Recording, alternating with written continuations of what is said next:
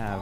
Hello, welcome to, if I can have it quiet in the council chambers, please. We're ready to begin our Tuesday evening workshop. We're joined here by two amazing individuals. If you can introduce yourselves and then please proceed with the presentation. If I can have counselors hold their questions to the end, that'd be great.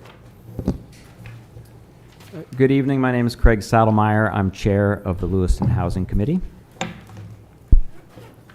And I'm Jackie Sawyer. I'm the Assistant Community Development Manager, and I am staff on the Housing Committee.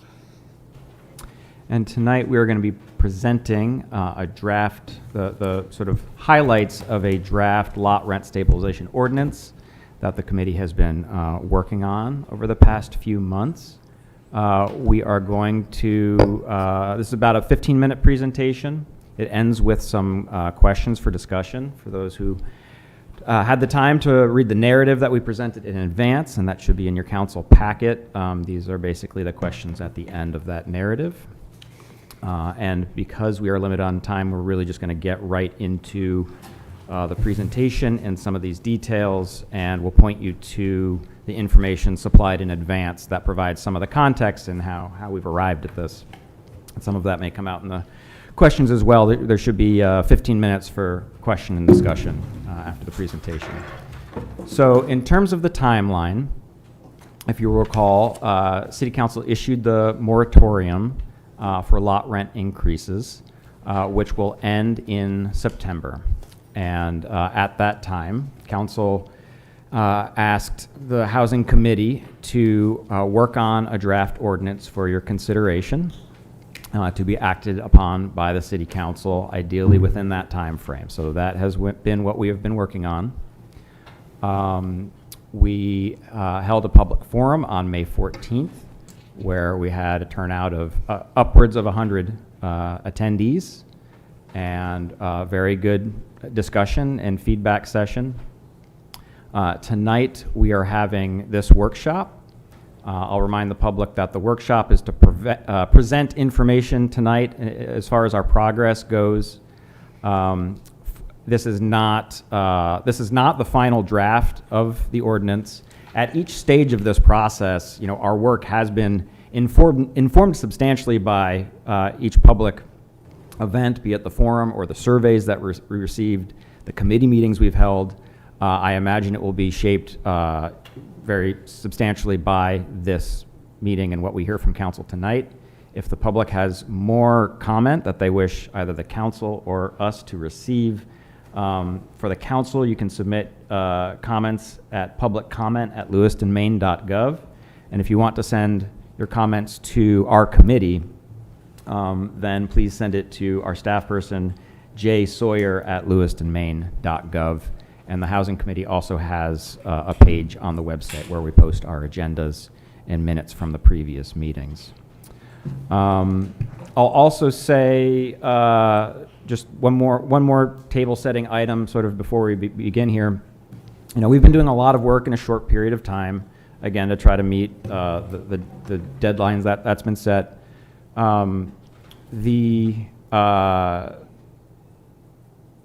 What we have been focused on is giving you what we as a committee in our entirety believe would be the most appropriate lot rent stabilization ordinance for Lewiston if council chooses to adopt that. The viewpoints on the issue of lot rent stabilization vary widely across the committee, and our efforts have not been focused on so far debating the effects of lot rent stabilization and whether or not council should do it or anything to that degree. So I just want to make it clear that there's a lot of different viewpoints. There's also a lot of viewpoints in the community that are captured in some of those public comments that were included in your workshop packet, as well as the narrative. And while I wouldn't say the viewpoints on the committee are as extreme as some of the comments in from the public, I would say it's relatively as diverse as that. So I just want to make sure you hold that, and that the different viewpoints on our committee are represented as we consider this. But nonetheless, everyone's come to the table on the committee in good faith, and again tried to prepare what we think is the best option for council. should you choose to act. And again, for the benefit of the general public, if council is going to do that, it would require a first and a second hearing, and those would be future council meetings, at which time there would be additional public comment before council acts. All right. So a key term in the ordinance here is total recurring charges.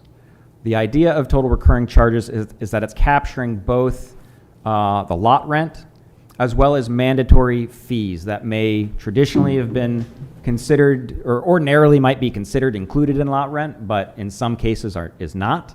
And so we're proposing this term, total recurring charges, to communicate that this is something that people have to pay each month. It's lot rent plus certain types of fees that if either of those things are not paid, they may have to move their home. So they're not optional. Examples would be the lot rent, water, if they have a pet and they're charged a pet fee, if they're charged an additional fee per occupant. All of those are examples of things that people can't choose to stop paying, absent of changing the people that live in their home, for example.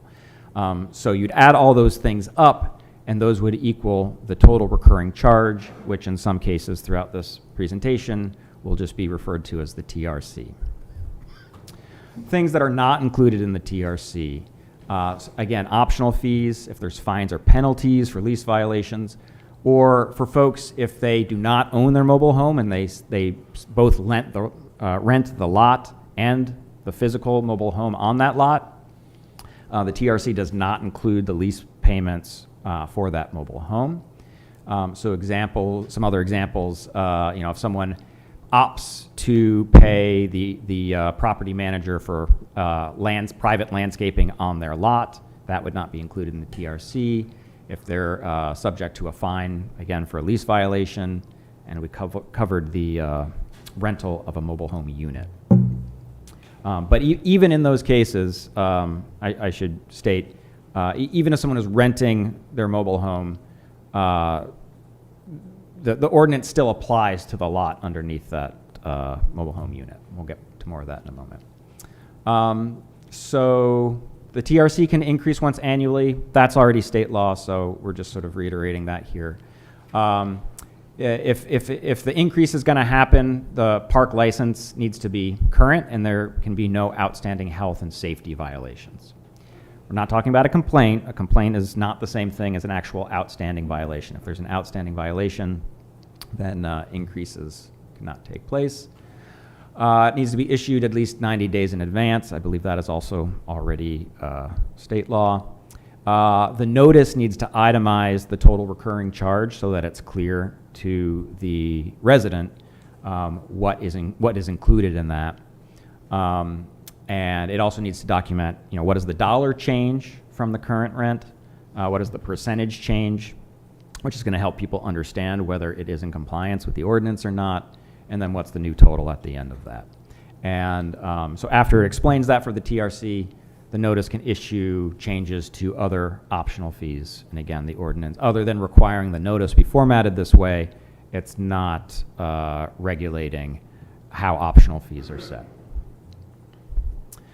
So we spent some time looking at different data points that relate to housing costs.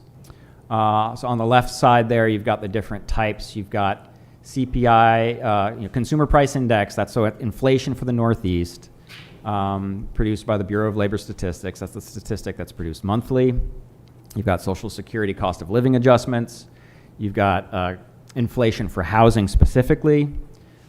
You've got household income published by HUD. You've got fair market rent published by HUD. Just a side note, they don't publish fair market rent for mobile home lots. I wish they did. It would have helped us, but they don't. So fair market rent is really referring to apartments primarily. And so you can see what the averages look like over 5 years, over 10 years, et cetera. What's currently in the ordinance is the inflation rate for housing, which over the past 5 years has averaged 5.1%, over the past 10, 3.9%. And then it's ranged from as low as 1.8% over those 10 years up to 8.2%. And these are all the most recent 12-month averages. At whatever point in time that number is being produced, it's looking back at the last 12 months and producing an average for that. So the inflation numbers are published monthly. The other ones are published annually. So here we have a look at a table, and it's a slightly more focused version of the table for increased limits to the proposed increased limits to the TRC in the first year. And I guess I'll point out now. So right there is that housing inflation data point. That if we were publishing the table this month, that's what the number would be. That's the most recent inflation rate for housing according to the Bureau of Labor Statistics. Next month it'll be a different rate. Probably won't be a huge change from 3.6, but it will be different next month. And so the idea is that the increased limit that is allowed varies relative to whether the rent being charged today when the increase is being made is above this sort of what we're calling a target TRC between 420 and 465, or whether it's below.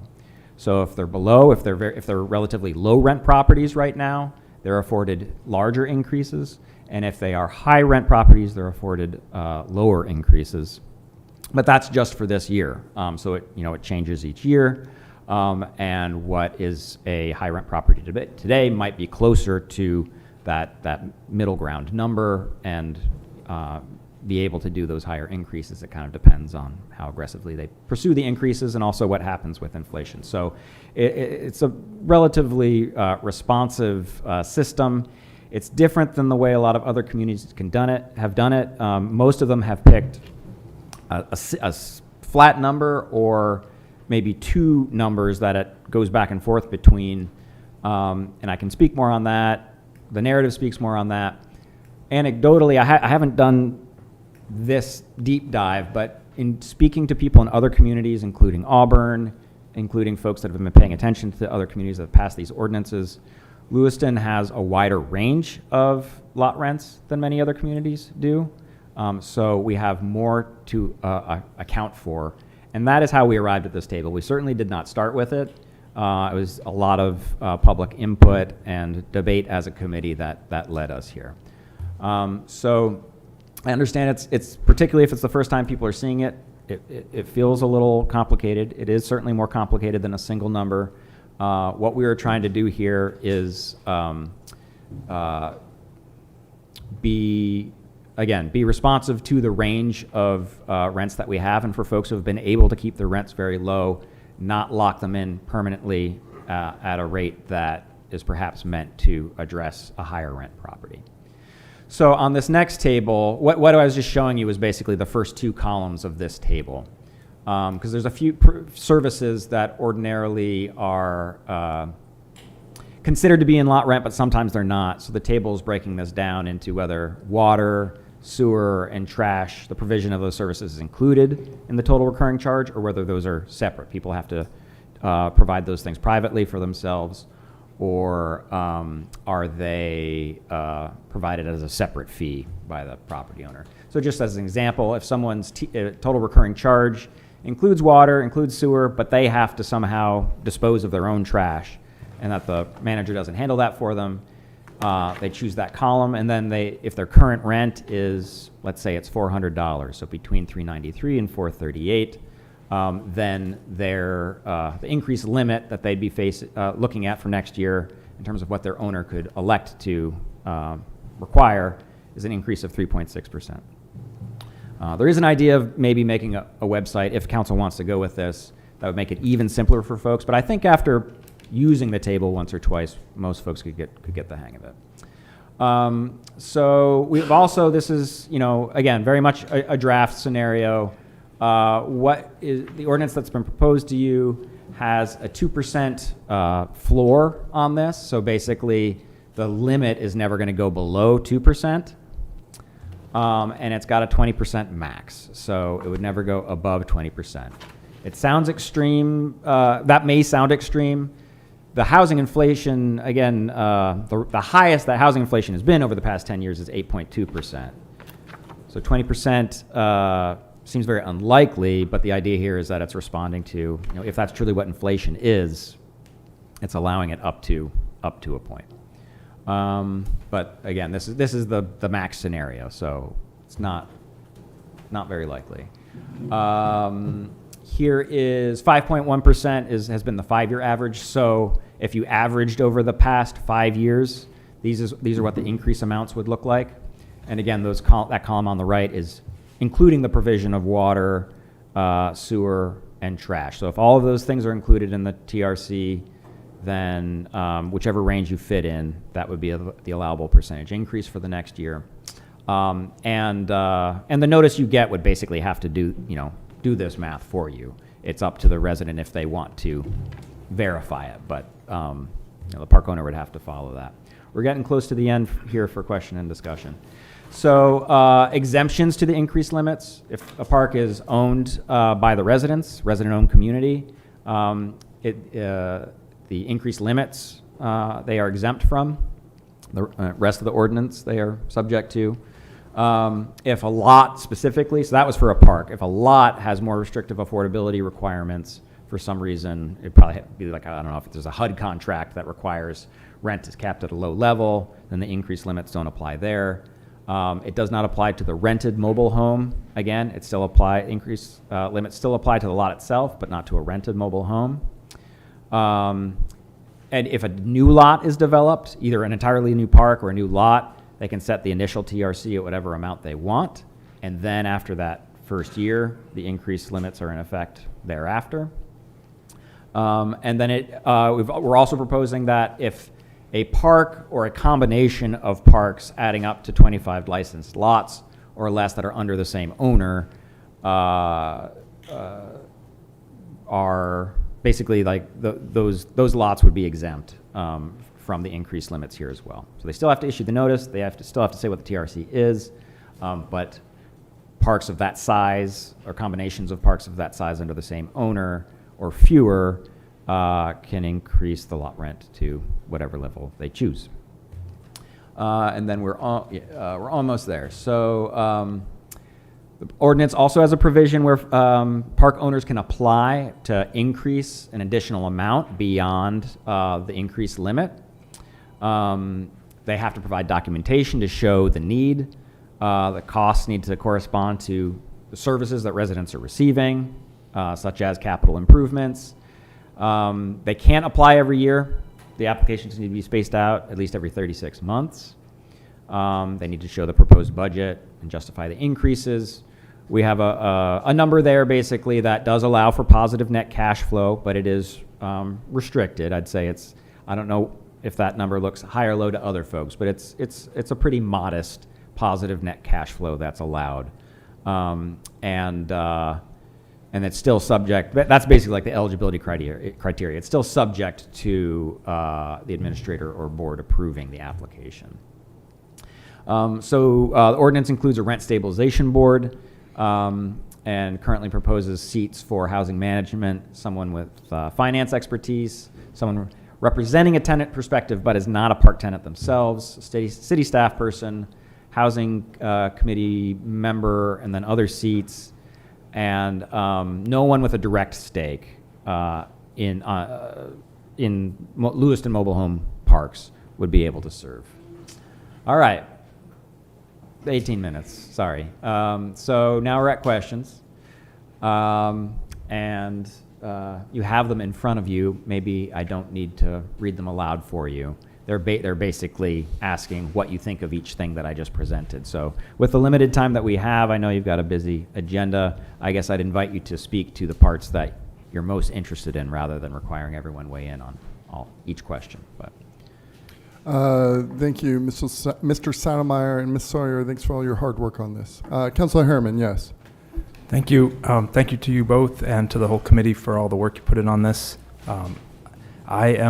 I'm in favor of it the way it's presented. I think I'd be open to other changes if other people have concerns, but I think we definitely need to get ahead of this and put some protections in place for mobile home owners.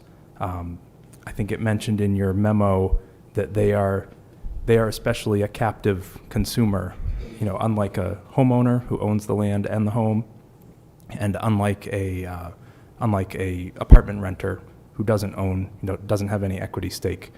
They have an equity stake in their home that is difficult to move or impossible to move, and if they get priced out of the land, then they're really stuck. So definitely in favor of this, and thank you again for all your hard work.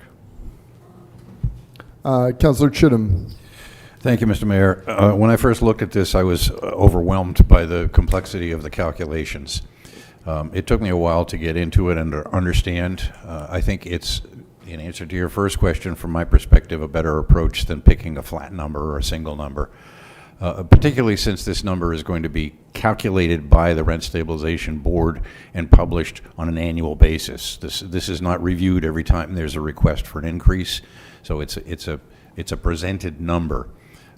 The details that go into calculating that number are available, but they're not necessarily to be known by individuals who are using them. So that overcame my objection to the seeming complexity of calculating this when the other communities who have established lot stabilization programs typically use a fixed number, CPI or HUD or whatever. So I believe that this balances the fairness, the equity, and despite its apparent complexity, spending the time to look at it and understand how it's developed and the fact that it is done by staff once a year, so it has the effect of a fixed number within ranges. So I'm in favor of that. I do have a question about the 2% minimum. And I'm perhaps misunderstanding this, but does that mean that a mobile home park owner must increase the TRC by at least 2% every year? No. Why is that a floor? Well, sorry, perhaps I misspoke. The 2% is the limit will never go below 2%. It's the allowable amount that they can raise it. But if they choose not to, it may actually bump them into a more favorable range for the future, so that if they have a planned expense or an improvement to the park that they would want to increase the rent, if they choose not to go to their maximum one year, they may get a higher percentage the next year and be able to make a more sort of significant change in another year. So, Okay, yeah, I and think if I could add, sorry to interrupt, the table is only showing limits. It's not showing, there's no required increase of anyone, just limits. So if the housing inflation, for example, were 0%, 2% minimum means that properties could, at least properties sort of from the middle down, still have the option of that 2%, up to 2%, if they want to exercise it. Okay, so it's not really a floor. It is a minimum cap. Perhaps floor was a misleading verbiage on my part. So if but- we use the term minimized cap or minimum cap, that would be a better... Yes. Okay, all right, that clears that up for me, thank you.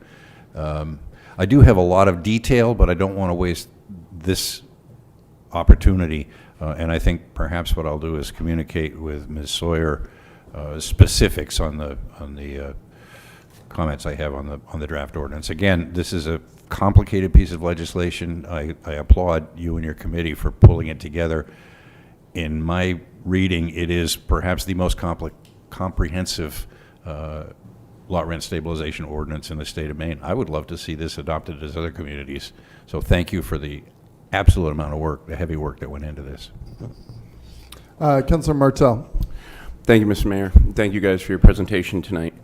I'm curious, why are we targeting only mobile home park owners with this? Why not landlords or co-ops or anything like that? I understand the reason is to protect the person renting the land, but we have a lot of rental properties. I know this isn't a direct rental property, but why are we targeting this one specific group for protections and not anyone else?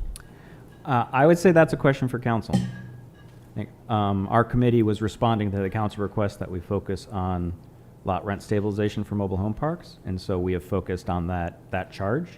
And again, we are not, tonight, we have not prepared anything to convince you to expand it or anything such as that matter. So I think that's a policy question for council. If you'd like the committee to take that up, I guess that is also for council to decide. But so far, we have just been reacting to what council asked of us. But it's a good question. So I was looking today at a 3-bedroom, 1-bath, single-wide, brand-new mobile home. And you can rent one. The mortgage on one to purchase a brand-new one would be ballpark $1,000, depending on a month, depending on your interest rate or whatever. And then I found the highest park rent that I could find in Lewiston, and I believe that was $545. So when you add that, it's $1,545 in a brand new unit and one of the highest park rent I could find. This already seems like pretty affordable housing in Lewiston. I think you struggle to find a 3-bedroom apartment most anywhere in Lewiston for that. So again, I'm curious.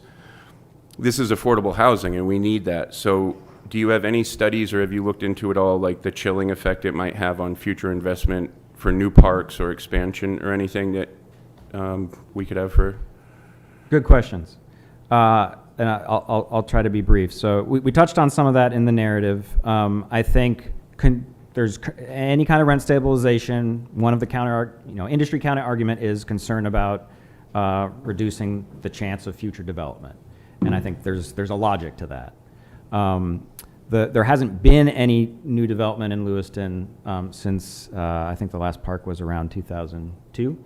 So that was, without any rent stabilization ordinance. So we don't know if you enact this, it's impossible for us to see the future of what the alternative timeline could be.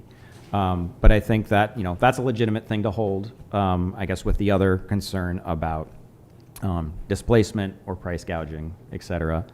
I guess the one piece about when you look at the lot rent plus the home, something that I think any mobile home owner in the room would like the counselors to remember is that they're paying for their own maintenance of their home, they're paying for their own capital improvements. There's a lot of things that are not captured by just lot rent plus mortgage. That would be included if you were paying rent for an apartment.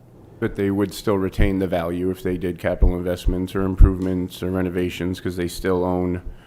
So any value they'd build in their home, they would still retain should they move it or sell it or anything like that. So I'm not sure how that would reflect on lot rent. Well, my point is if you're comparing it to rent for an apartment, okay, it's not a direct comparison because there are other costs that aren't reflected in just lot rent plus mortgage. Another thing that's kind of unique about owning a mobile home is the value of the home is impacted by what the lot rents are, and that's something that they can't necessarily control. So if your lot rent goes up, the value of your home goes down if you're going to sell it there. Cost of moving a mobile home is for many folks who we've provided some of the data on the income, the household income levels, folks living on fixed income, people living with disability. For those who don't have perhaps the option of moving their home very easily, they are more stuck than your average consumer when they are purchasing or selling an entire home with land or when they're choosing an apartment. But I mean, they're good questions and you still raise good points. I think that's all worth thinking about. Well, I mean, I just think that, I understand that it is more difficult, but I would imagine that someone would take that into consideration when moving their mobile home to a park. You take that into consideration. I would imagine that, if rents go up or something, you may have to move it. I guess all I'm trying to point out is that it seems that even in a great case scenario with a brand new unit on the most expensive rented lot, it still seems like a pretty inexpensive, low barrier to residency here in Lewiston. So it just seems like a weird place to focus on for restrictions, and this is anecdotal, and so I don't have any hard numbers, and like you said, we can't predict the future. But I spoke today with a local individual He lives here locally.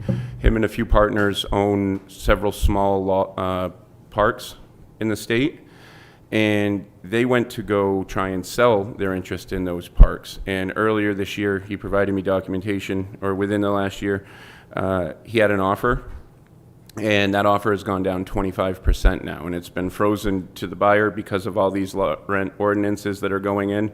So it's only one example, but it is a local, small-time owner of lots, and he recognized a 25% loss of value, specifically attributed to these lot rent caps. So I don't think it's just in the ether that there could be repercussions. I think it's, like I said, it's one example, but it's a very local and very real example of what's happening to people who do choose to invest here in affordable housing. Yeah, and thank you for raising it. If I may, Councillor Martel, they are simply responding to a request from the council to work on this. I would respectfully suggest that your comments on line of questioning are more appropriate for when it becomes an agenda item. Okay, I was just trying to fish out some information and potential outcomes to both sides of it that were being presented, but that's what I've got for now. Thank you again for your presentation. Yeah, thank you. Thank you for your questions. Councillor Najin. Thank you, Mr. Mayor. First and foremost, I want to thank you and the Housing Committee for taking this work on. It's certainly a complex process, as we've just seen. I think it's also interesting to note that there are affordable housing options within the mobile home ownership spectrum, right? Even in our own community, there are places where it is affordable to live in a mobile home park, and then there are places where we start to get squeezed when we start to think about the fact that the majority of the folks are seniors. Many of them are on limited incomes. Many of them have disabilities, which also qualify them for entitlements, which it's very difficult to own a home in this world when you have limitations on your income. And one of the concerns that I have immediately is I'm looking at Auburn with the proposal that they're putting forward, and I'm wondering if that makes us more or less competitive to see further development within our community for what is an affordable home auction, home ownership option for the city. That's one piece. I have some questions around the cash flow limitation. I'm confused as to why we would set a limitation on the amount of cash flow that an organization could collect, and so if you could speak to that. Only if they're applying to exceed the limit. So your cash flow could be 50%, for instance, or 60%. There's no regulation of net cash flow when you're just increasing the limits within that. You could be making tons of cash. It's just that when you come and say, I need to, like if the limit is 5% and I need to increase it to 8%, then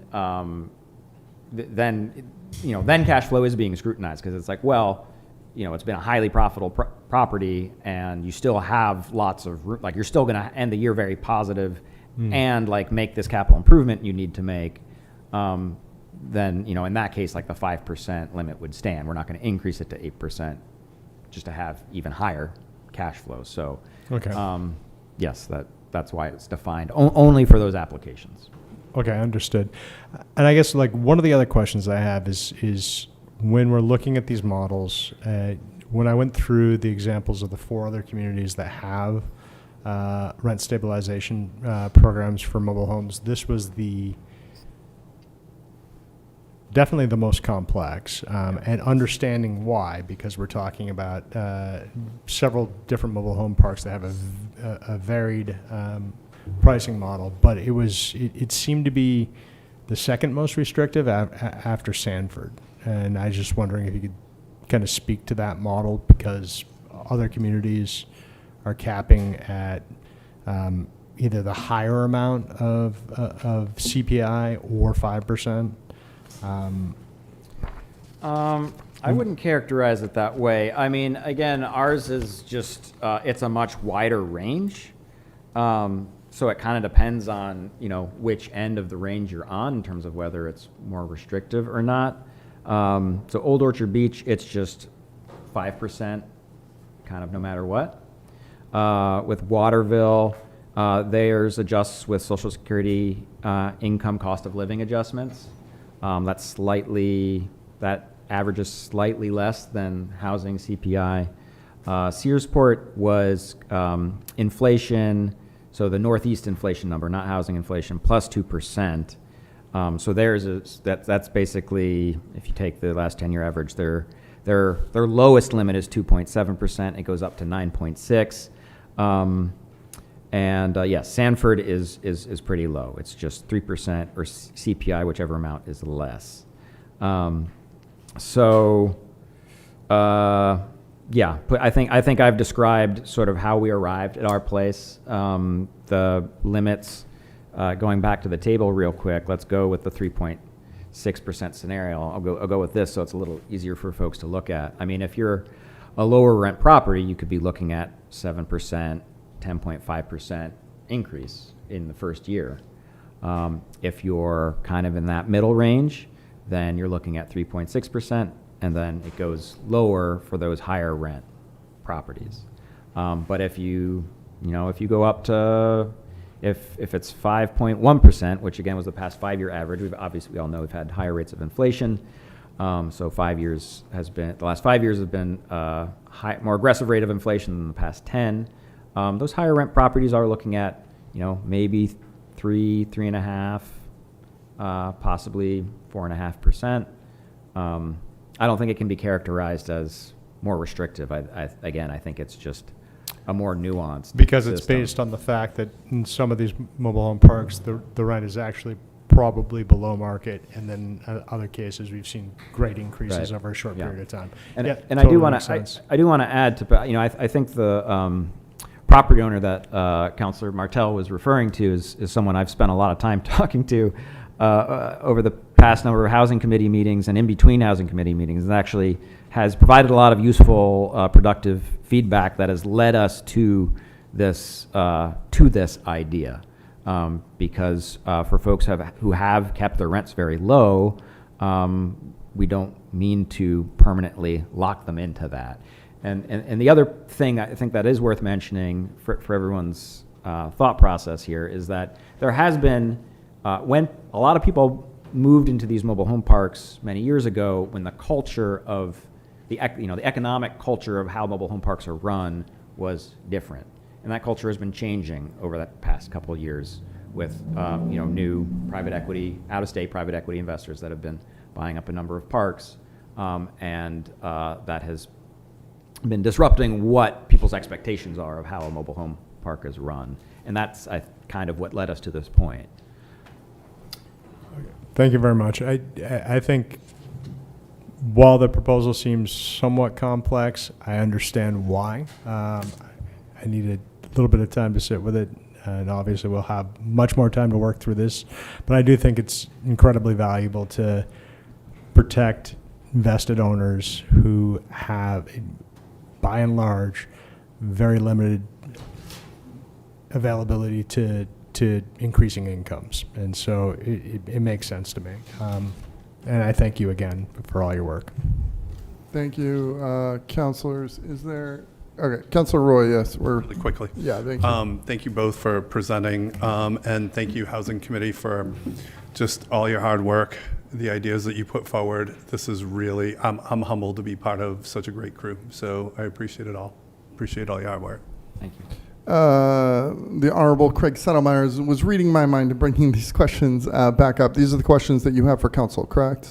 Yep. Yeah, and so at this point, we're behind on time, and we need to keep pace for the rest of the evening, but I would suggest to councilors that they look at these questions, and if they have specific feedback regarding these questions for the committee to send an email to Craig and/or Jackie, and we'll see you back here for the next council meeting, correct? For some near future council meeting. Or yes. some near future council meeting. Fair enough. Thank you both. Thank you. Thank you. Madam Clerk, I think we're heading into a couple of executive sessions. Yes, thank you, Mr. Mayor. There are two executive sessions, both on the same topic. Executive session pursuant to Maine Revised Statutes annotated Title I, Section 4056C, to discuss an economic development issue of which the premature disclosure of the information would prejudice the competitive bargaining position of the city. Requested action to enter into an executive session pursuant to Maine Revised Statutes annotated Title I, Section 4056C, to discuss two economic development issues of which the premature disclosure of the information would prejudice the competitive bargaining position of the city. May I have a motion, please? So moved to vote. Second. Councilor Chittum, followed by Councilor Najing. Madam Clerk, please call the vote. Council from Ward 1? Yes. Ward 2? Yes. Ward 3? Yes. Ward 4? Yes. Ward 5? Yes. Ward 6? Yes. Ward 7? Yes. Motion passed by a vote of 7 to 0. Thank you very much, Madam Clerk. We're heading into executive session, and we will be back as quick as we can so we can start our 7 p.m. meeting.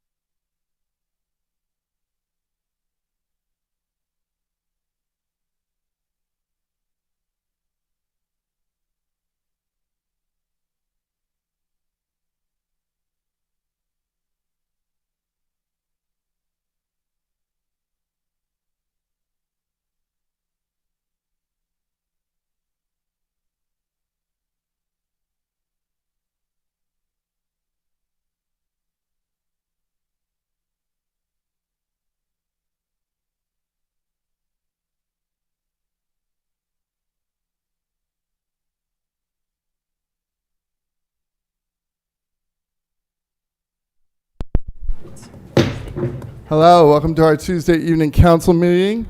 We're going to kick things off with a Pledge of Allegiance. And Administrator Rath, could you please lead us? Thank you, Mr. Mayor. I pledge allegiance to the flag of the United States of America and to the republic for which it stands, one nation, under God, indivisible, with liberty and justice for all. Thank you very much, Mr. Administrator. Madam Clerk, I believe we're ready to begin. Thank you, Mr. Mayor. All roll call votes for this meeting will begin with the Councilor of Ward 5. And we are holding off on minutes, correct? Yes, please. We'll bring those to you at the next meeting. Thank you. Okay. We are now up to public comment. Any member of the public may make comments regarding issues pertaining to Lewiston City Government. This period is reserved for non-agenda items. Public comment is also allowed during individual agenda items. Public comment is limited to 3 minutes per person. Please state your name for the record, and please indicate if you're a Lewiston resident. Per our council rules, this period is reserved for Lewiston residents only. Because this is the business meeting of the City Council, all questions should be directed to the mayor, who will ask staff to follow up at a future time. It is illegal for the City Council to allow comments related to personnel matters or personnel complaints should be made directly to the City Administration Office. Matthew Akron, Ward 4. I read the mobile home lot rent stabilization information that appears to have a limit of a 3.6 increase based on your consumer price index. While I understand that a number of our parks have been purchased by new ownership who are now trying to get a return on their investment. My question is, if we're looking at this, will we also be looking at price control for all rental properties in the city? What about businesses? Let's talk about the massive increase that grocery stores have had over the last year or so. Councilor Longchamp, would you be willing to limit your business to a 3.6 yearly rate increase, and could you honestly stay in operation? This seriously puts us on a slippery slope of the city trying to control what business owners can charge the public, and I think it would honestly slow any outside businesses from wanting to come here to do business. And a final point, what was the final increase of this year's city budget? Was it over the 3.6 rate that we're looking at limiting for rental properties? Then there was recently a public forum held looking for answers and ideas and solutions for the gun violence that's currently gripping the city of Lewiston. Not that we're alone in this issue. I'd like to thank the 3 councilors who were there to listen to public throw out ideas, Councilor Roy, Councilor Nanjean, Councilor Martell, along with our Chief of Police and the DA. The meeting was not a let's blame any one group, but let's talk about what people feel what needs to change. I honestly hope we'll have another one in the near future and more people will come out. Like a little over a year ago, Lewiston PD and the school department hosted a drug and gun public program that was held at the schools, which brought out a number of people. Some of these people I'd love to see at a future event on gun violence because we need the whole of Lewiston to be involved.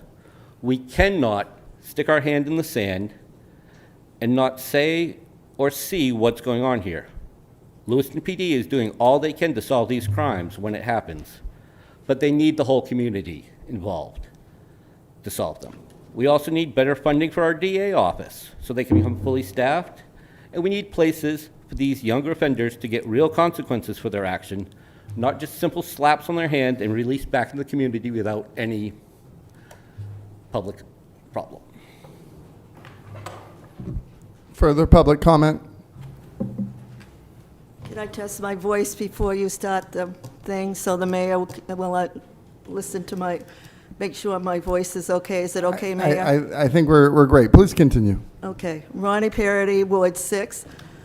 I want to talk a little bit about communication, and I'm going to follow up with what Matt said, because I went to that meeting too, and it was over 150 people from Lewiston and around with the police and everything. It was a good meeting because people came with solutions, and that's what we're not doing. We're divided in this city, and sometimes we're not talking. And for instance, the Somalis have 2 groups. And I was just talking to one of my friends that's a Somali, and he was one of my interpreters. And he said, yes, there is two groups that do not talk. And I don't know if you know that or not. So if we're not, if the Somalis aren't talking, how can the rest of us talk? We need to start listening. I had a nice meeting with Jake, our superintendent, and we spent an hour and a half talking, and I had written some stuff down I thought we could do about violence in the city. And we had a nice talk, and we were able to pass things back and forth. And what I'm asking, I'm going to ask the administrator, can we have a large meeting where we're sitting at a round table and I'm talking to people I don't know so I can get to know them and stuff like that. We can use like Connor School or someplace big. We need to start talking. We are divided. The Somalis are divided. We're divided. Everybody is divided in this city. And if we don't talk and listen, it's back to basic communication. And we should be able to say what my late husband said, let's agree to disagree. Go in and talk the issue over and go back and forth and then come to the middle. We used to be able to do this in government when we can't do that anymore. And we can't put people on committees that think the same. You have to have different people on committees with different ideas so that we can come together and things. I mean, David Chittum and I have talked on the phone, and sometimes we agree to disagree or whatever, but we can talk, and stuff like that. So we need to communicate, and we're not communicating, and stuff. It's really, I learned a lot at Poland when I was working at Poland this time, and I was talking to people and what they were saying and everything. And that meeting on the 25th, at the Calvary Church was excellent, and I wish the rest of you would have been there and everything, because we need different people talking. Thank you.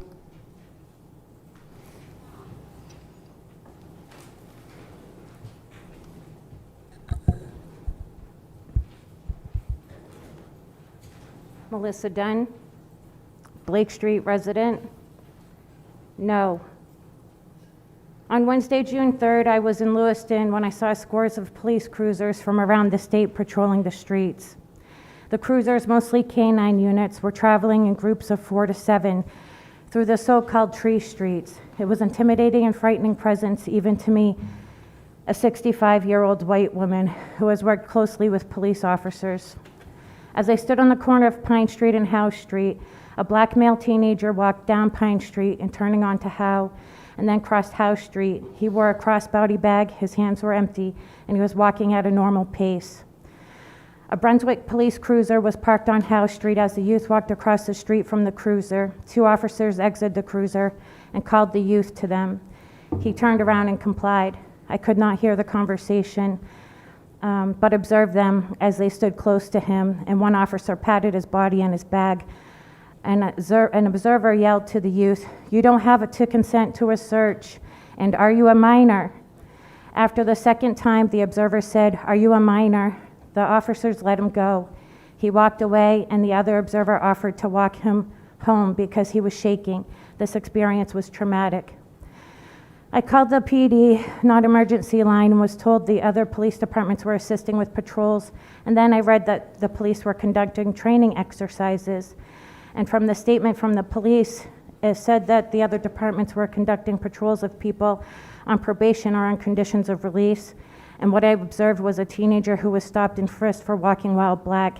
He was literally just walking down the street on his own neighborhood, minding his business, living life, and doing nothing suspicious. I'm horrified the city of Lewiston would allow its residents to be terrorized by this massive police presence. The city is allowing black residents to be used as guinea pigs for training in other police departments. This is traumatic to your community, and I guarantee you this would never be tolerated in Kittery, Brunswick, or any other municipality with a predominantly white population. I was living in Boston when Carol Stewart was murdered by her husband, Charles Stewart, in '89. The Boston police terrorized a black neighborhood searching for a non-existent black perpetrator. What I observed on June 3rd in Lewiston reminded me of that horrible experience.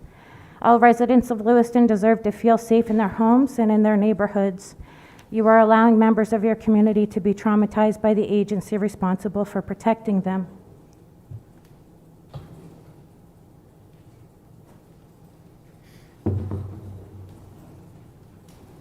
Martin Chartrand, Ward 3. I also want to talk on a few items related to public safety. I'll try to do this. It might be a jumble because I didn't have a chance to put it all together. But one thing I wanted to bring up is, in terms of having a city that can talk to each other, one of the reasons we're all divided is because there's outside entities that are creating divisive messaging around Lewiston, and there was recently a video put up that some of you may have seen called The Dirty Lou that included images of some of yourselves up there, modified by AI, that also included images of some members of the Somali community, also modified by AI, and these were racially charged and seemingly to incite hatred and fear. And this is something that I hope you would all be interested in doing something about and condemning, because this creates mistrust and the inability and division between different communities. And in terms of the police training exercise that Frankie Dunn just spoke of, that also is going to create mistrust and has, I know that the police are trying to build trust among the community, but doing a blitz like this, showing little respect for the lives of residents, treating Lewiston as a flesh and blood video game, and taking advantage of the lack of knowledge that some people have of their rights, will not make people want to work with the police, and will not make people safe, ultimately.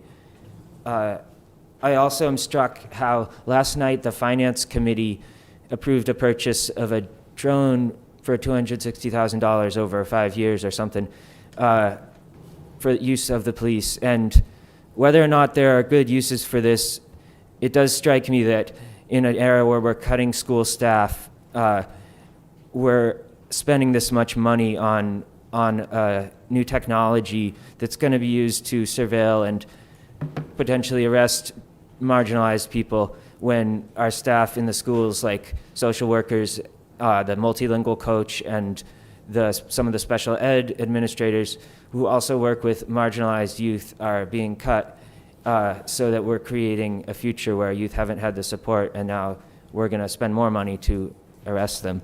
I hope that we can take a more holistic view of public safety. Thank you. Further public comment? Hello, John Horton, Ward 2. Many of you know me. My business is on Main Street, and I'm partial owner of the two Sunset Garden Parks on Sabata Street and Lisbon Street. I'm here because I have worked as best I can to try and contact each one of you up there. Some have responded, some have sat down with me, others have ignored me outright. I don't understand that. It seems very negative to a person that's here in the city trying to work with you on an ordinance that, frankly, I feel is unrealistic and unfair.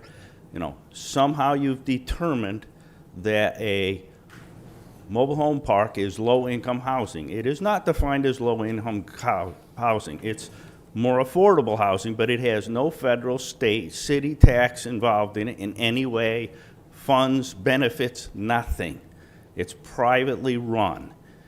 To add to that, your actions have directly caused the loss of the sale of two of the parks in Lewiston. They are devaluing the parks. I have given paperwork to several of the counselors that show flat out what the purchase price was on. The one park that I have a second offer on since the moratorium, it is 26% lower. That means at this point, that park I bought 18 years ago with 5 other people that are all local has gone down to the exact value we paid for it 18 years ago. There are repercussions to what you are doing. You need to think about it. I have offered every one of you through email, and many of you face, I will talk to anybody about what's going on. You need to be educated. You need to learn the state laws. You need to read Title 10, Chapter 953 for the state regulations. All the parks are regulated very sturdily by the state. They all have a yearly inspection to them by the state. I've supplied at least one of the counselors a copy of the letter I just got from one of the parks that was inspected. They go through, they inspect everything for safety issues. I don't understand why you think you need to be involved. I know some of the people are complaining that the rents have gone up. Well, when a purchase happens, the price goes up for the rent. That's just business. Doesn't matter. But if you continue down the path that it's been going, these parks are not going to be of any value. You're already looking at parks that have told me they will not be expanding. No, we have not built a new mobile home park in Lewiston in a long time, but several of them have expanded in the past. Why would they do it now when you're going to tell them what they're going to be stuck to and how fast they can get their return on investment? You need to think about this. There are repercussions. And again, I will extend to anyone up there. I will meet with anybody anytime I can and go through any questions you have. Thank you. Thank you. Further public comment? Public comment is now closed. Administrator Kainrath, you have an administrator's report for us. Yes, Mr. Mayor, thank you. Starting off, we have a few public information sessions I want to put out there. First, regarding Cart to Curb, which is receiving a lot of attention. The Lewiston Public Works Department of City Staff will be holding a couple of public meeting and info sessions regarding Cart to Curb. The first will be Wednesday, July 8th, 5:30 to 7 at Geiger Elementary School, 601 College Street. The second will be on August 26th from 5:30 to 7 p.m. in the evening at McMahon Elementary School, 151 North Temple. And again, Public Works staff will be available at these sessions to answer questions and provide other needed guidance to members of the public. More information sessions may also be added, so please check out lewistonmaine.gov/cart-to-curb for more information there. Also a reminder, on Tuesday, June 23rd, our city assessor, Bill Healy, will be holding another information session regarding the reval process from 6 to 7 p.m. in the evening at the Armory, 65 Central Avenue. Of course, no registration is required. All members of the public and Lewiston property owners are welcome and encouraged to attend that session also. Another big event coming up for the city, and I think this is a really big and historic event for us, is the opening of the Maine Mill Museum. Will be happening. There will be a ribbon cutting and opening ceremony on Saturday, June 27th, 10:30 to noon. It'll be a great event featuring a number of special guests, featured speakers, as well as an opportunity to explore the new museum. So, and I also just want to say congratulations to really everyone involved in this project coming to full fruition. This is an incredible project for the city. It looks beautiful down there, and we're looking forward to that event. Again, Saturday the 27th, 10:30 to noon. Please join us for the opening of the Maine Mill Museum. Another big event coming up for us, the Behind the Badge event, the first ever. The Lewiston Police Department is hosting its first Beyond the Badge event together with the Lewiston Fire Department, as well as United Ambulance, Life Flight of Maine, and others will be hosting a variety of activities, live music, games for the entire community to enjoy while getting to know our first responders just a little bit better. So that event is going to be on Thursday, July 23rd at 3 p.m. to 7 p.m. at Simard Payne Park. Again, free and open to all. Please come out and join us there. Speaking of Simard Payne Park, we have some great, if you haven't been down there in a while, great improvements happening. I do just want to point out, Lewiston Public Works has been hard at work with the final finishing touches on Phase 1 of the Simard Payne Park improvements. The project includes improving the ribbon path, new landscaping, lighting, picnic tables, and tree planting. Much of this was funded through a CDS request through Representative Jared Golden. We also have Phase 2 beginning this fall, largely funded with a CDS request through Senator Susan Collins of $3.9 million there from the FY CDS request. So a lot of great work happening down at Simard Payne. If you haven't been there in a little while, please go down and check it out. It looks really great, and thank you to everyone involved there. And of course, thank you to our congressional delegation for helping us with a lot of the funding there. The Wiseman Bridge, I just want to put this back out there. We are still working on the relighting of the Wiseman Bridge.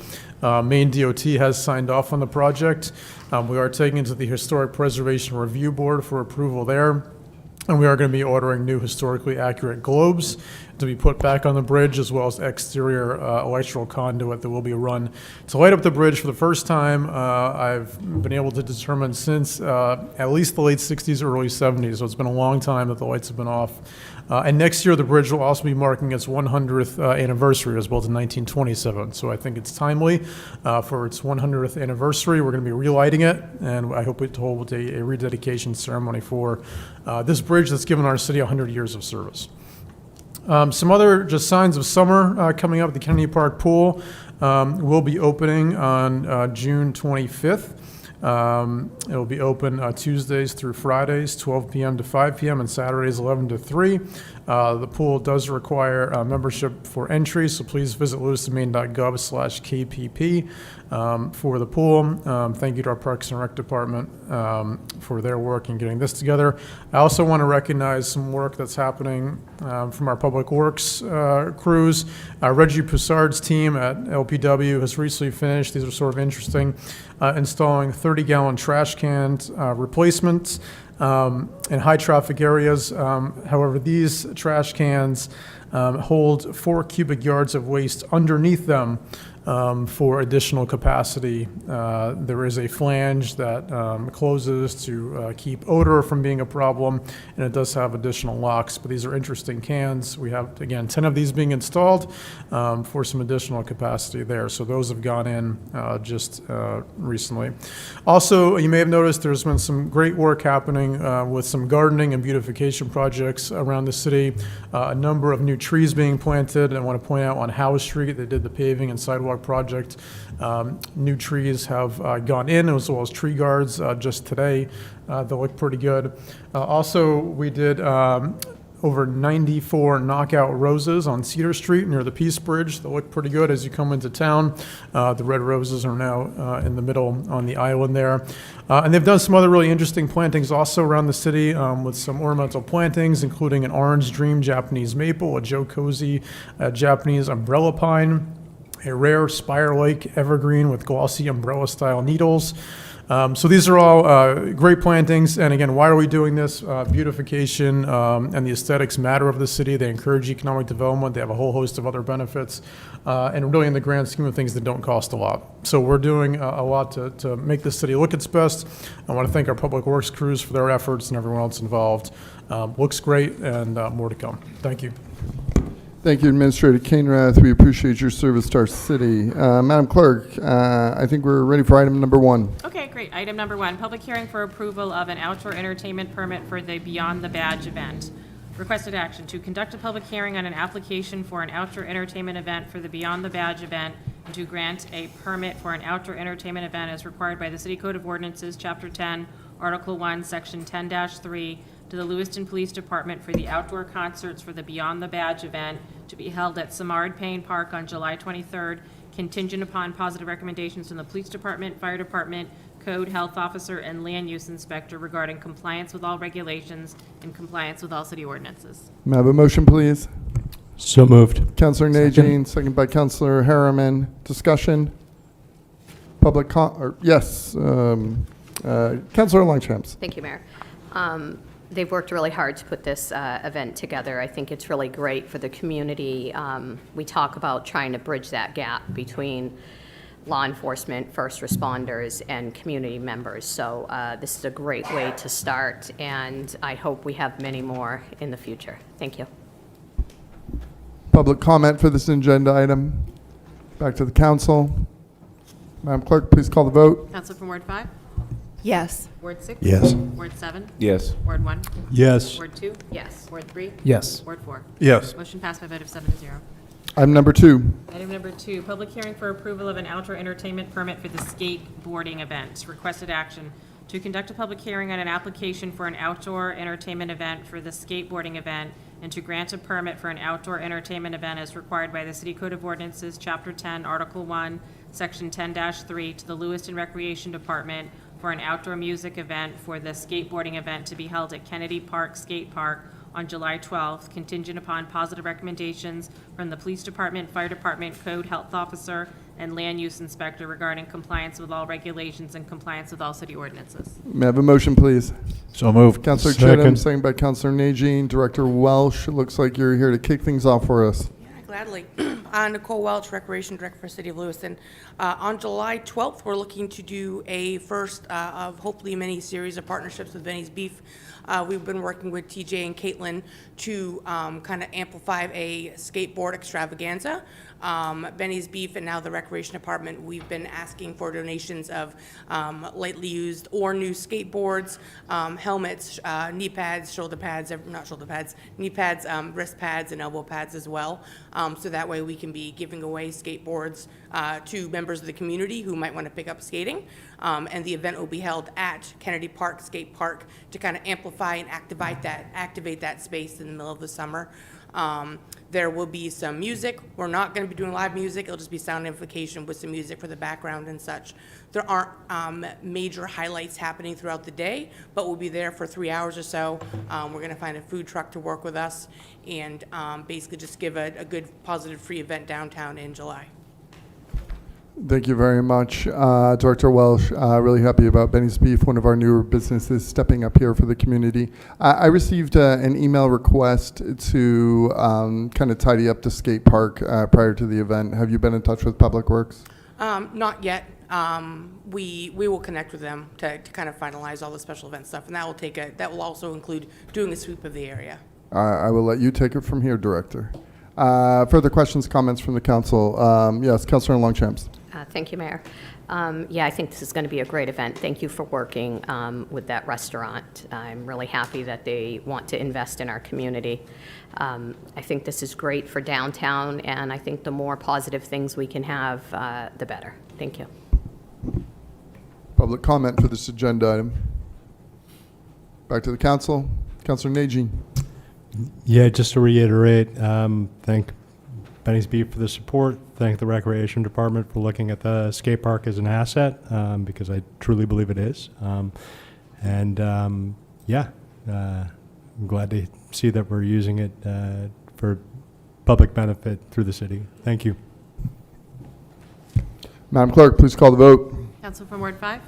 Yes. Ward 6? Yes. Ward 7? Yes. Ward 1? Yes. Ward 2? Yes. Ward 3? Yes. Ward 4? Yes. Motion passed by a vote of 7-0. Director, thank you. Item number 3. Item number 3, public hearing and final passage regarding an amendment to the Administrative Code regarding the Public Safety Committee. Requested action that the proposed amendments to the City Code of Ordinances, Chapter 2, Administration, Sections 230 through 235, Public Safety Committee receive final passage by a roll call vote. May I have a motion, please? So moved. Councilor Najin, second by Councilor Harriman. Discussion? Public comment? Or yes, Councilor Longchamps. Thank you, Mayor. So basically, this amendment would remove the ability of the mayor to make nominations of the committee members and allow the council to make the appointments directly. Thank you. Public comment for this agenda item.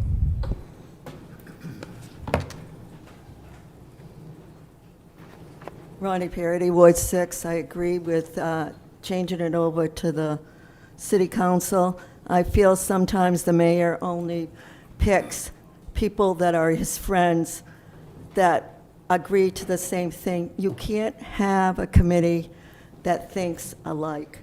You need a committee that can throw things back and forth. And to elect his friends all the time when other people would like to be on committees that's why people are not applying to the boards, and your thing is because the mayor only appoints his friends. And that should be, I'm glad it's going to the city council, and I think it should be a mixture of people from different things. I think you can earn more and come together. Let's not be federal government. Thank you. Further public comment? Back to the council. Madam Clerk, please call the vote. Councilor from Ward 5?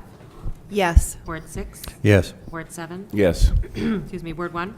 Yes. Ward 2? Yes. Ward 3? Yes. Ward 4? Yes. Motion passed by a vote of 7-0. Thank you very much, Madam Clerk. Item number 4. Item number 4, public hearing and final passage regarding an amendment to the Parks and Recreation Ordinance, to add 2 new locations to the list of city-owned recreational facilities. Requested action that the proposed amendment to the City Code of Ordinances, Chapter 54, Parks and Recreation, to add North Temple pickleball courts located at 55 North Temple Road and South Lewiston Little League Field located at 20 Martin Drive to the list of city-owned recreational facilities receive final passage by a roll call vote. May I have a motion, please? So moved. Councilor Second. Chittum, second by Councilor Najin. Director Welsh, welcome back. Thank you. So I was not here for the first reading, but again, this is just the final passage to make sure that we can have all of our recreational facilities in our ordinances. We have received a number of emails about from nearby neighbors, I guess, expressing concern that pickleball is being played at all hours of the day and night, and Yes, that and all the flags- disruption, all of the interruptions that causes. Can you explain or expound upon that? That will Point of order, actually be Mr. Mayor. the next item. We'll be talking about that. Item number 5. I'm sorry? That would That's be item number 5. Oh, that is, okay. Well, I'm corrected by the council, which I'm grateful for. Further questions, comments on item number 4? Public comment on this agenda item? Back to the council. Madam Clerk, please call the vote. Council from Ward 5? Yes. Ward 6? Yes. Ward 7? Yes. Ward 1? Yes. Ward 2? Yes. Ward 3? Yes. Ward 4? Yes. Motion passed by a vote of 7 to 0. Thank you very much, Madam Clerk, Director Welsh, and Councilor Chittum. Item number 5. Item number 5, public hearing and first passage regarding an amendment to the Parks and Recreation Ordinance to add access times for the 2 new locations to the list of city-owned recreational facilities. Requested action that the proposed amendment to the City Code of Ordinances, Chapter 54, Parks and Recreation, to add an access time for the North Temple pickleball courts and the South Lewiston Little League Field receive first passage by a roll call vote, and to continue the public hearing to the next regularly scheduled City Council meeting. May I have a motion, please? So moved. Councilor Second. Chittum, followed by Councilor Najin. Director Welsh. So to go along with adding these new facilities to the ordinances, we obviously need to be adding operational hours to these as well. Traditionally, it has been a hard and fast closing time. We've had a lot of discussions about what the actual closing time for some of our recreational facilities should look like. North Temple specifically, we know that there are people who want to be playing past 7 o'clock during the summer because right now the sun is out until 9 p.m. And if you go by there on any night right now that's beautiful, you'll see families and residents of all ages playing and participating and playing pickleball. So at this point, we'd like to recommend either 9 p.m. or dusk for North Temple and the Martin Drive fields.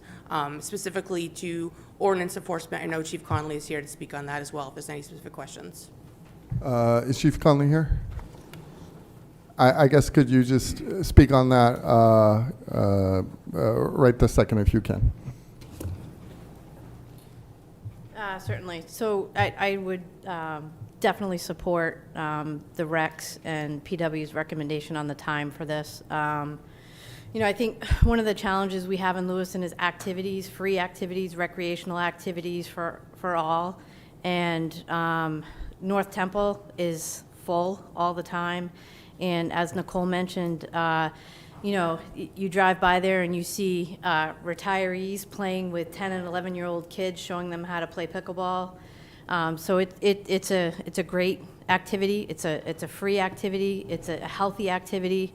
And I think 9 or dusk is a great time because obviously 9 o'clock right now you can play. You push forward to the fall, it's going to be too dark, so you have to end at dusk. And then, should people be playing, like, let's say past 9? What does a concerned neighbor need to do, and what does enforcement look like at that point? So what would happen in that situation is we'd recommend that they call the police department, and then we would respond and deal with the individuals, that were still playing. Thank you, Councilor Najin. So I just have a couple of questions about both of the parks. Neither of them have lights. Is that correct? I'm sorry, neither of them have what? Lights. Oh, right, yeah. Okay, so the 9 p.m. or dusk makes total sense. 9 a.m. I think is good as well. But as far as the Martin Drive fields are concerned, how close are they to housing? Are they? They're right in the neighborhood. There are houses. Okay, so there's housing really close. Okay. Yeah. I love to see dusk on there, and that's something I've been pushing for forever. There are complaints from the neighbors, obviously, and so if you could just speak to one, the sound partitions that we're looking at, and then also whether or not we've attempted to kind of mediate between the neighbors. Yeah. I'd appreciate that. Thank you. Yeah, definitely. We received an email from Deputy Director Meekin Bates regarding the sound barriers. It sounds like those will be getting ordered in the next week or two, and then there's, somewhere between 6 and 7, 8 weeks for a turnaround time plus the install. So unfortunately, there's a little bit of a window there where there will not be sound barriers for probably the good chunk of all of June and most of July, unfortunately. I know we, at the rec department, we've also seen some phone calls and emails come through. We've passed on the non-emergency phone number for the police department. I've also had a chance to talk to Chief Conley and Tyler Meachard about these concerns about what next can be happening.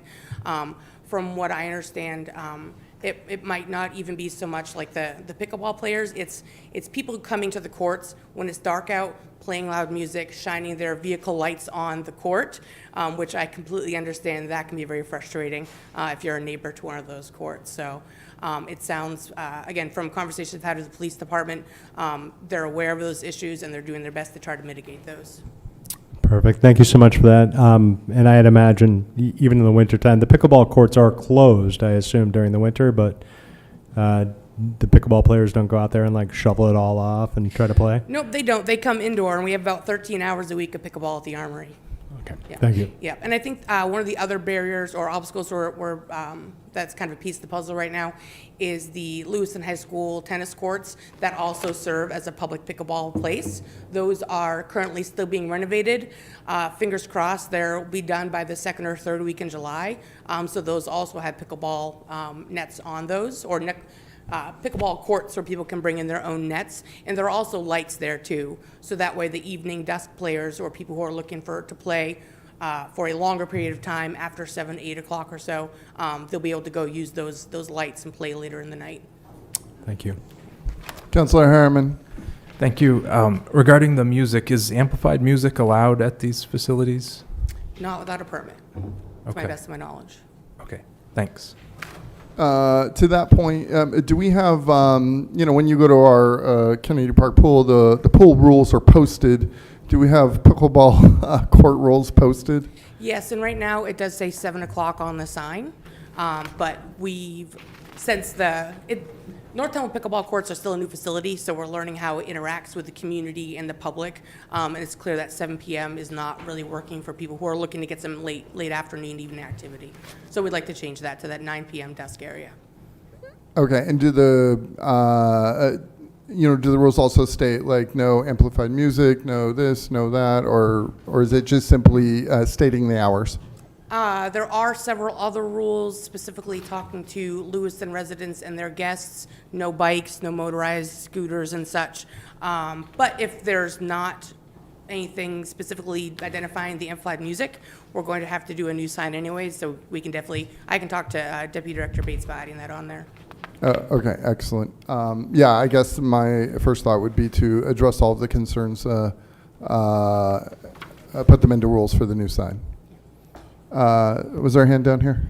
Councilor Chittum. Yes, thank you. I just wanted to weigh in on behalf of the residents and the neighbors. I've received a number of complaints about noise and overtime use. I would like to see, if this passes, I would like to see an enforcement activity, getting people used to the new rules and the fact that if you're there after whatever the final time is, there will be consequences. Because the folks who live in the immediate area, and I'm talking specifically North Temple Street, are being aggrieved by the abuse of the pickleball courts. Public comment for this agenda item. Good evening. Can you hear me? There. Mary Ann Leake, Ward 4, North Temple Street resident. Live less than 100 miles from the pickleball courts, or 100 feet from the pickleball courts. When these courts were built, neighbors were promised quiet hours after 7 p.m. Yet after hours, play continues. We were told we were getting soundproofing more than a year ago. No soundproofing has been installed. We have asked for better signage, enforcement of the posted rules, and for the gates to be secured at closing time. We even volunteered to lock and unlock them ourselves. Instead of addressing these concerns, we learned that extending the park hours is now on tonight's agenda. I ask you to think about what this means for the people who live here. This is not about the high-pitched, impulsive sound of the sport itself. It is about the ability to enjoy our home, our yard, and our evenings without constant disruption. The shouting, profanity, loud music, car lights, and activity that carry well beyond the courts affect our daily lives in ways that visitors simply do not experience or cannot understand. This is deeply personal for my family. My husband, Jeff, is a 100% disabled veteran who lives with severe PTSD. During pickleball season, the constant noise and unpredictability can be extremely triggering for him. It is not an inconvenience that he can simply ignore, and it affects the quality of life every single day. While our circumstances are unique, our concerns are not. There are seniors, families, people who work nights, and other neighbors who also deserve to enjoy their homes without having the hours extended even further. We are not asking for the courts to close. In fact, communities across the country have faced lawsuits and closures over similar issues. We are asking for something more reasonable: balance. Enforce the existing rules, improve the signage, secure the facility after hours, demonstrate that the promises made to residents matter before asking them to sacrifice even more. The question before you tonight is not whether pickleball is valuable, it is whether the people who live next to these courts deserve the same consideration as the people who play on them. I believe we do. A yes vote to extend the hours makes a solid statement that the City of Lewiston does not care about our veterans with disabilities, seniors, healthcare workers, and all the residents of North Temple Street. Thank you for your time.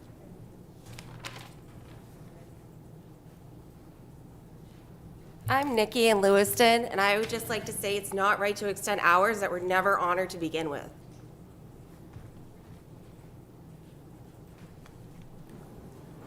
I'm Steve Whalen, Ward 4. I live directly across from the pickleball court, and the 7 o'clock closure has never been enforced. It's laughable to consider that that's a rule that has been up there. At best, they leave at 9. After 9, when the lights are on, I've called the police several times this year already, several times last year, and if the police do show up, it's not until after they have finished their game and left. So the police are doing nothing to deal with the issue.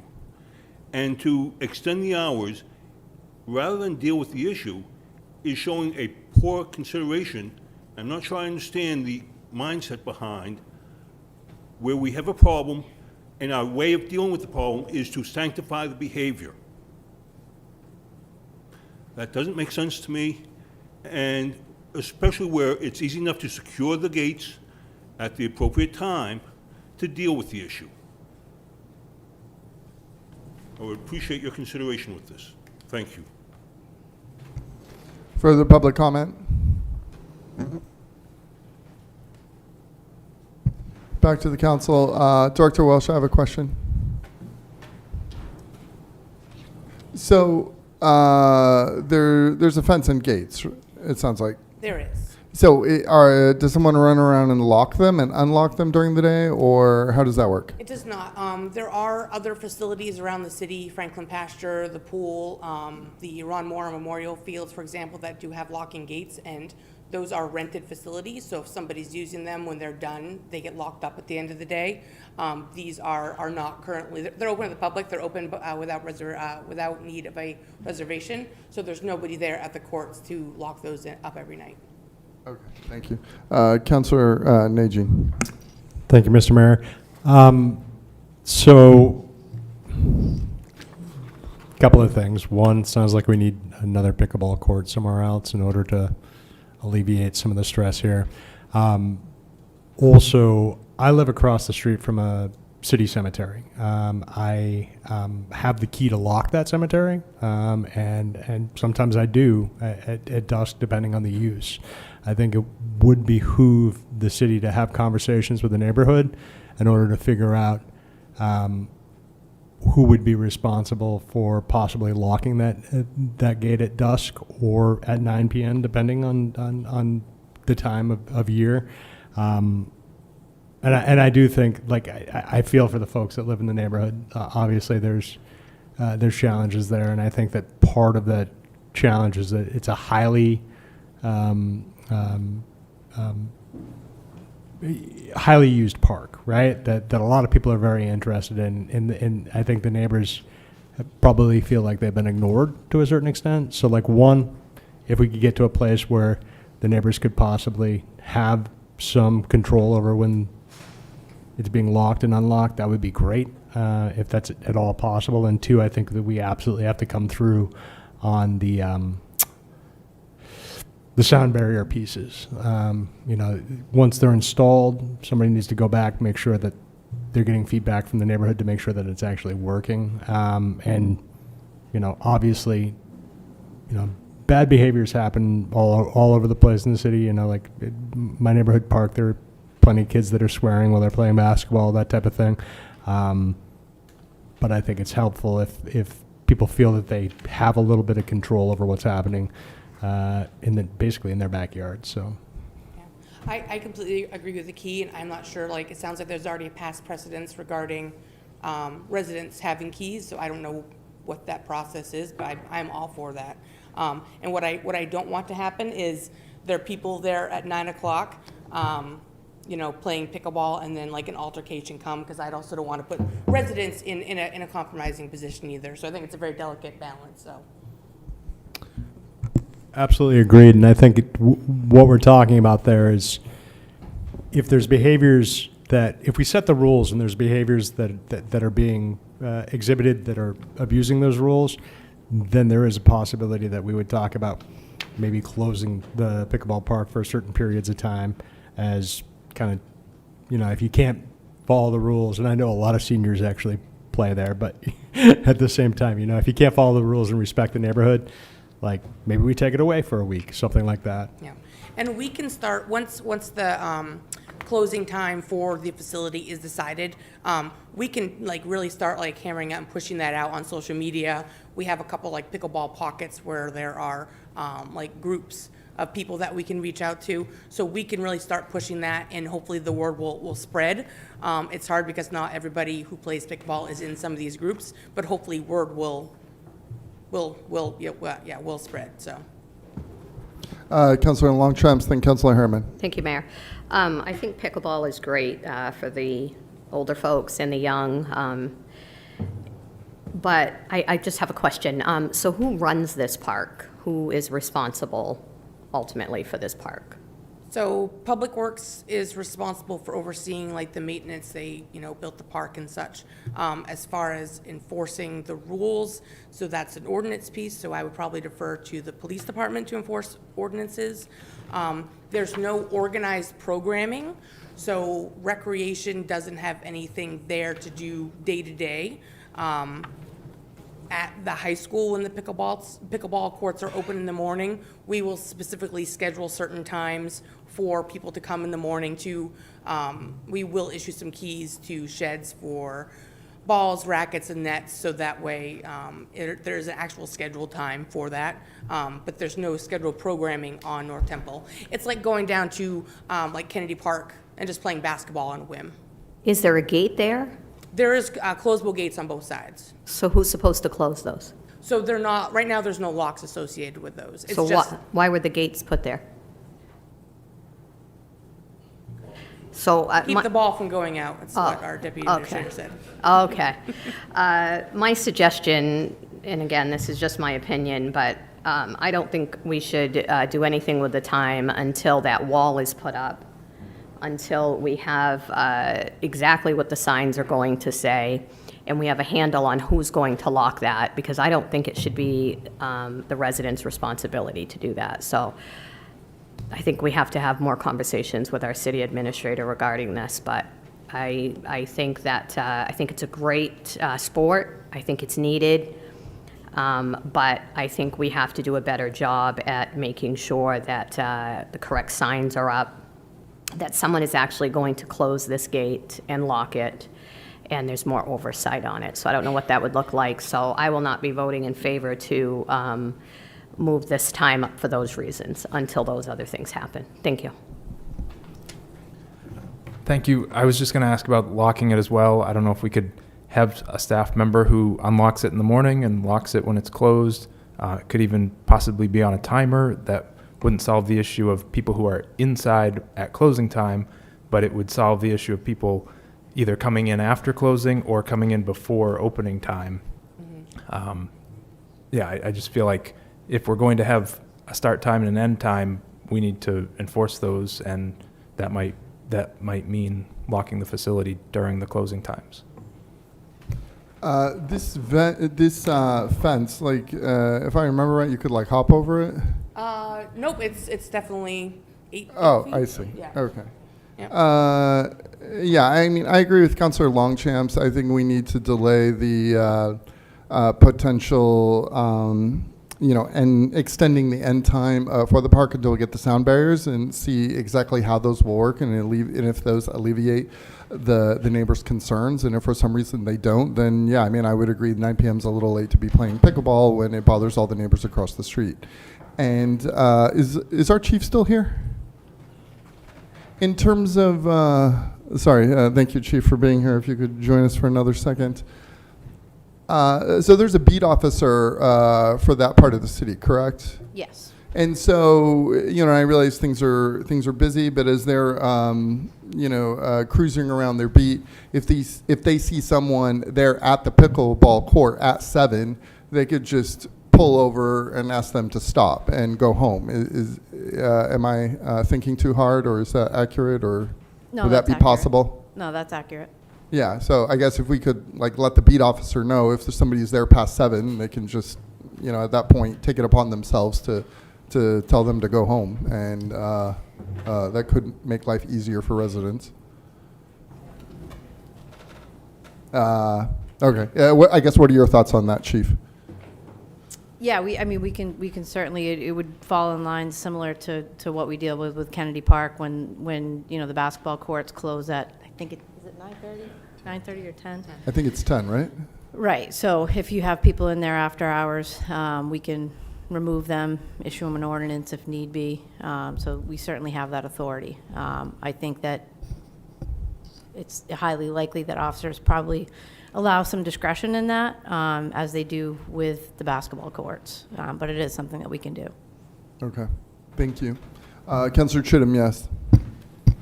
Thank you, Mr. Mayor. I move to amend the first reading of this ordinance to remove the words North Temple Pickleball Courts and from the additional. That removes this from this ordinance. It still preserves the time, the hours for the Martin softball field or Little League field, and we can come back and look at it once the sound barriers are up, once we've made some decisions about the time and so on. So let's move forward on the South Lewiston Little League field and remove the pickleball courts from this consideration at this time, which we can bring back when we have more information and more answers. I would second that for amendment. that? I believe I seconded, right? I'm sorry?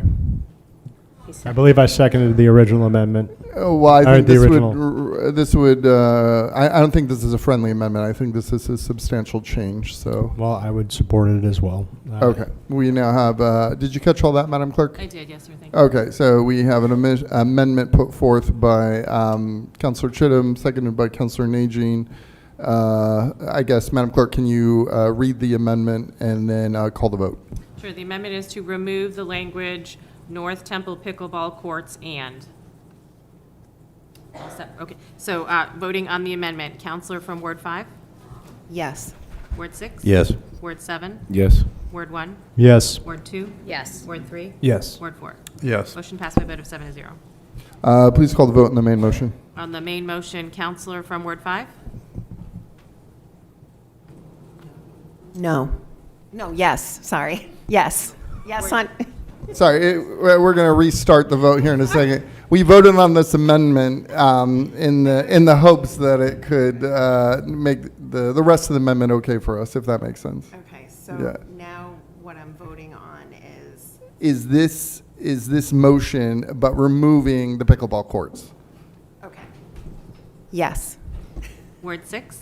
Yes. Ward 7? Yes. Ward 1? Yes. Ward 2? Yes. Ward 3? Yes. Ward 4? Yes. Motion passed by a vote of 7-0.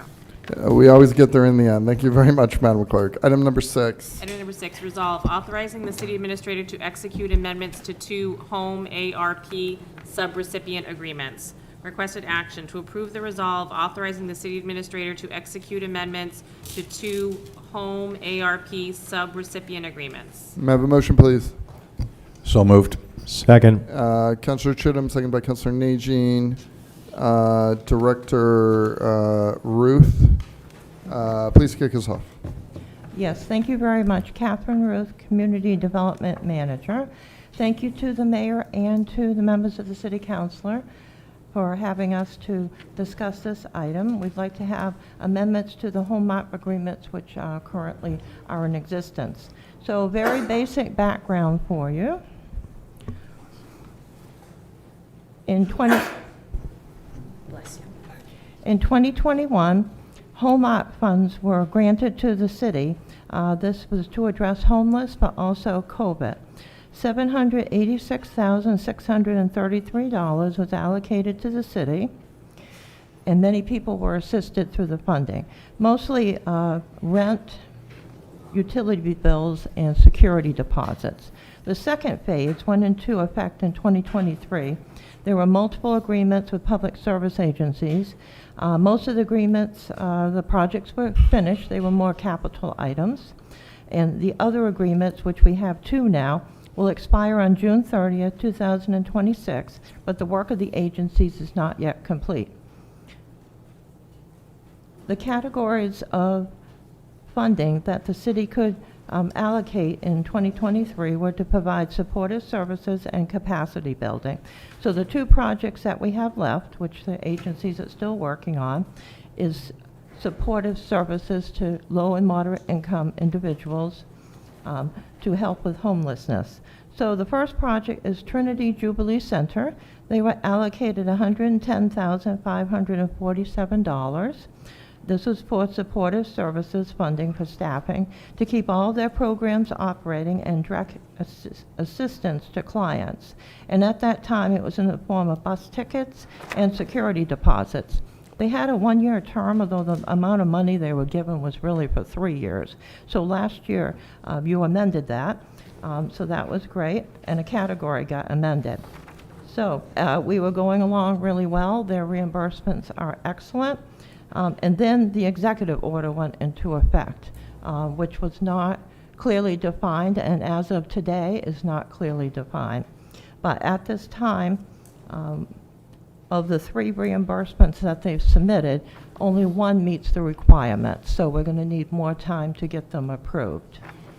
New Beginnings was allocated $300,885, and that was to provide case management and direct services to at-risk and homeless transition-age youth, ages 14 to 24 years old.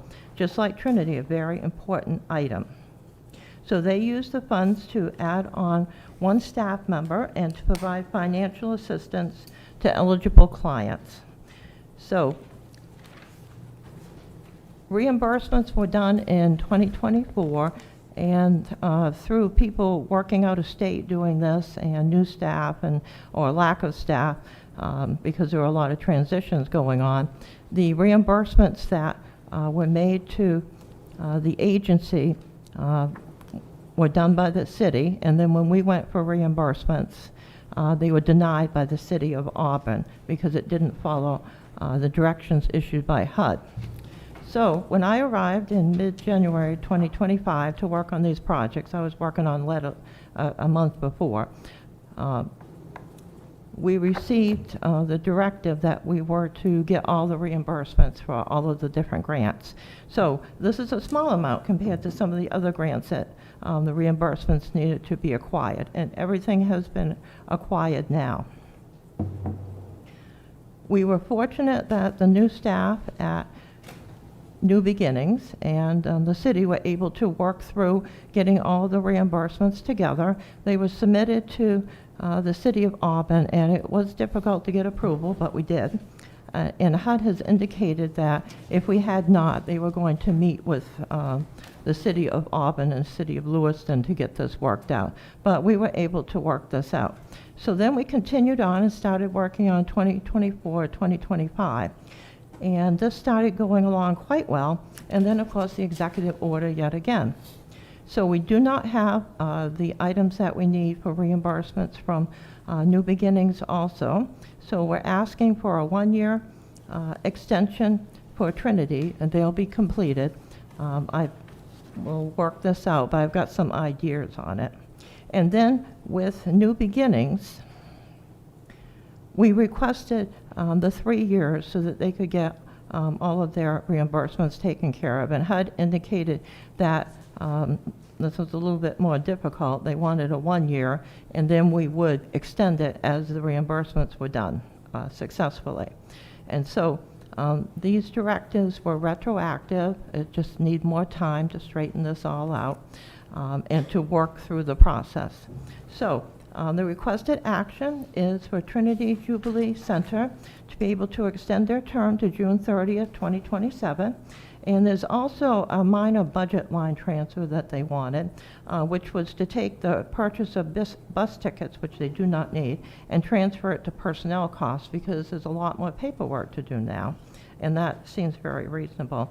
New Beginnings to extend the term to June 30th, 2027, with 2 additional 1-year extensions at the discretion of the city staff. HUD would actually determine that. And then this fall, there are funding that is still available because one of the agencies that they had saved the money for has not gone forward. And there is other funding, a small amount, in which any uncommitted home art funding will go out for a notice of funding availability when we do CDGB. It's more economical, be more efficient, and we'll get more agencies interested if we put them both out at once. Thank you. Questions?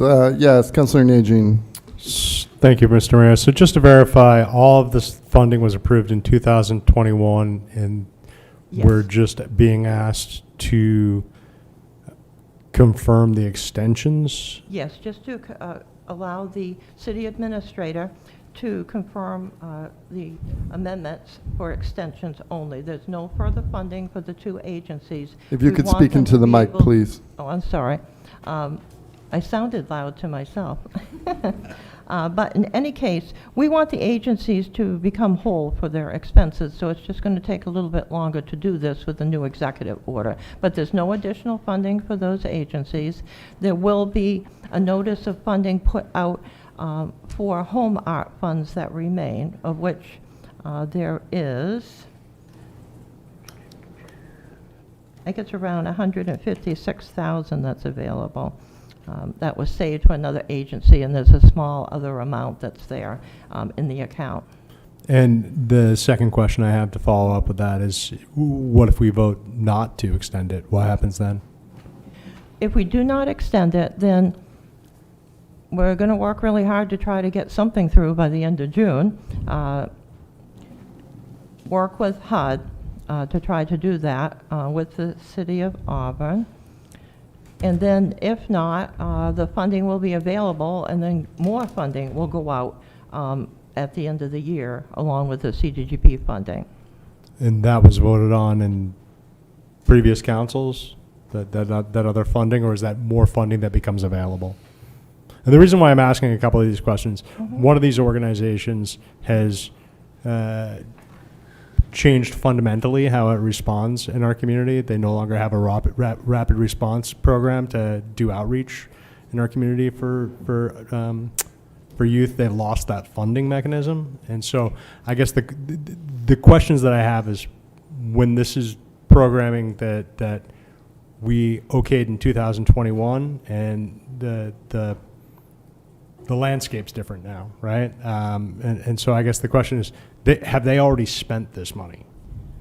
They've already spent the money. And so they're looking for reimbursement? Correct. Okay. It's always reimbursement. And we were a year behind getting these done because it took a while to get the reimbursement from 23-24 for New Beginnings, but we did get it, and then we started working on 24-25, but we were a year behind at that point. So yes, they have spent the monies, and in the case of Trinity, their reimbursements have been filed, but they one only meets the requirements, the other two do not, which are the earliest quarterly reimbursements before we knew of all these changes. So there, what's happened is these are all retroactive changes. So again, to be clear, it's because the executive orders went in place as well? Correct, yeah. Okay, thanks. Director Blade, did you want to add something to that? Yeah, I saw you come up here. I did want to say that they were reimbursements you guys got there essentially, so that's good. You know, and Catherine's been working around the clock to get this stuff reimbursed. We need to recognize that. You know, if council doesn't vote for it, it's going to be a lot of time lost, and it's money that the city potentially could lose. You know, so I think it's an important vote, but the clarification was that it is a reimbursement, so that's why I stepped up. Further questions, comments from the council? Councilor Longchamps. Thank you, Mayor. For New Beginnings, it looks like that money was used for case management. Yes. Is that correct? Yes. Also for reimbursements to landlords for rent so that unaccompanied youth would have a place to stay and not be homeless. That makes sense to me, and I don't want to talk too much about this, but just the case management, I just wonder if they are billing an insurance company. Just curious, but thank you. Councilor Chittum. Thank you. The only question before us tonight is to whether to extend these two programs for a year. Is that correct? Yes, that is. And to transfer within Trinity a $5,000 bus pass to personnel. Correct. So those are the only issues before us. Why would we vote no? There you go. That's a rhetorical question, by the way. Councilor Noble, did you want to say something? Okay. Public comment for this agenda item. Back to the council. Councilor Roy, did you have your hand up? Yeah, I did. I'm going to recuse myself from this vote. Did you catch that, Madam Clerk? Yes, thank you. Okay. Madam Clerk, please call the vote. Counselor from Ward 5? Yes. Ward 6? Yes. Ward 7? No. Ward 1? Yes. Ward 2? No. Ward 3? Yes. And Mr. Mayor? Yes. Motion passed by a vote of 5-2. Thank you both very much. Item number 7. Item number 7, resolve authorizing the acceptance of the Public Art Committee's recommendation for public art projects for the fiscal year 27 annual budget allocation of $58,000. Requested action to approve the resolve authorizing the acceptance of the Public Art Committee's recommendation for public art projects for the fiscal year 27 annual budget allocation of $58,000. May I have a motion, please? So moved. Councilor Second. Chittum, second by Councilor Harriman, did you say? I made the motion. Okay. Councilor Harriman, second by Councilor Chittum. Councilor Chittum did not make a motion or second the motion. I'm losing it. Okay, so Councilor Harriman, seconded by who? Councilor Najin, Councilor Najin, Councilor Najin. Okay, so who made the motion? Councilor Harriman, second by who? Councilor Najin. Okay, do we have that straight, Madam Clerk? Or not? I'm not implying that you didn't have it straight. Okay. Yes, also, thank you, Mr. Mayor. Thank you. Welcome. We have members of the Public Art Committee here, along with Manager Ruth. Please introduce yourselves and then kick us off. Deanna Earhart. I live on Montello Street in Lewiston. I'm Courtney Schlachter. I'm in Ward 1. Catherine Ruth, Community Development Manager. So thank you to the council and to the mayor for having us. We are here to receive approval for the art installations for fiscal year 27. that is required under the Lewiston Administrative Code to take place. And so we've been coming in on a regular basis after the fact to get these approved, because the budget gets approved, and then the committee members work on the artists and getting everything together, and then it's time for winter, and then the projects take place the following spring and summer, and then you keep on going. So this year, as we got caught up, we put out a request to the artist for artists to put in proposals back in November and December, and then in January, the committee voted upon those proposals and submitted them for the budget. And so in the interim, the funding source was transferred from tax dollars now to TIP funding. So we have a budget of $58,000, of which $51,500 is for 4 artists. The committee received a total of $107,274 in proposals. And since we only had a few weeks to advertise this, we've learned that if the next time we advertise it, we're going to have even more proposals. So we'll have to figure out how to fund that. But in any case, the budget is listed as $58,000, of which $51,500 is for the 4 proposals, which are listed in the memo that you received, as well as a budget of $3,000 for community initiatives, of which the committee has had many, which have worked out really well, and $1,500 for maintenance. So the proposals are as follows, and we gave you a copy of them because you hadn't seen them before in case you had any questions. The first one is the Wabanaki on the Androscoggin, with 3 locations in downtown Lewiston. The artist is Marissa Jolie, who is an excellent background and excellent nature-orientated murals for $15,000. The second proposal is from Michael Rich of Portland, who is a graphic artist. This is called the Lou Mural, and it's at the skateboard park. So we'll coordinate that with all activities at the skateboard park if approved.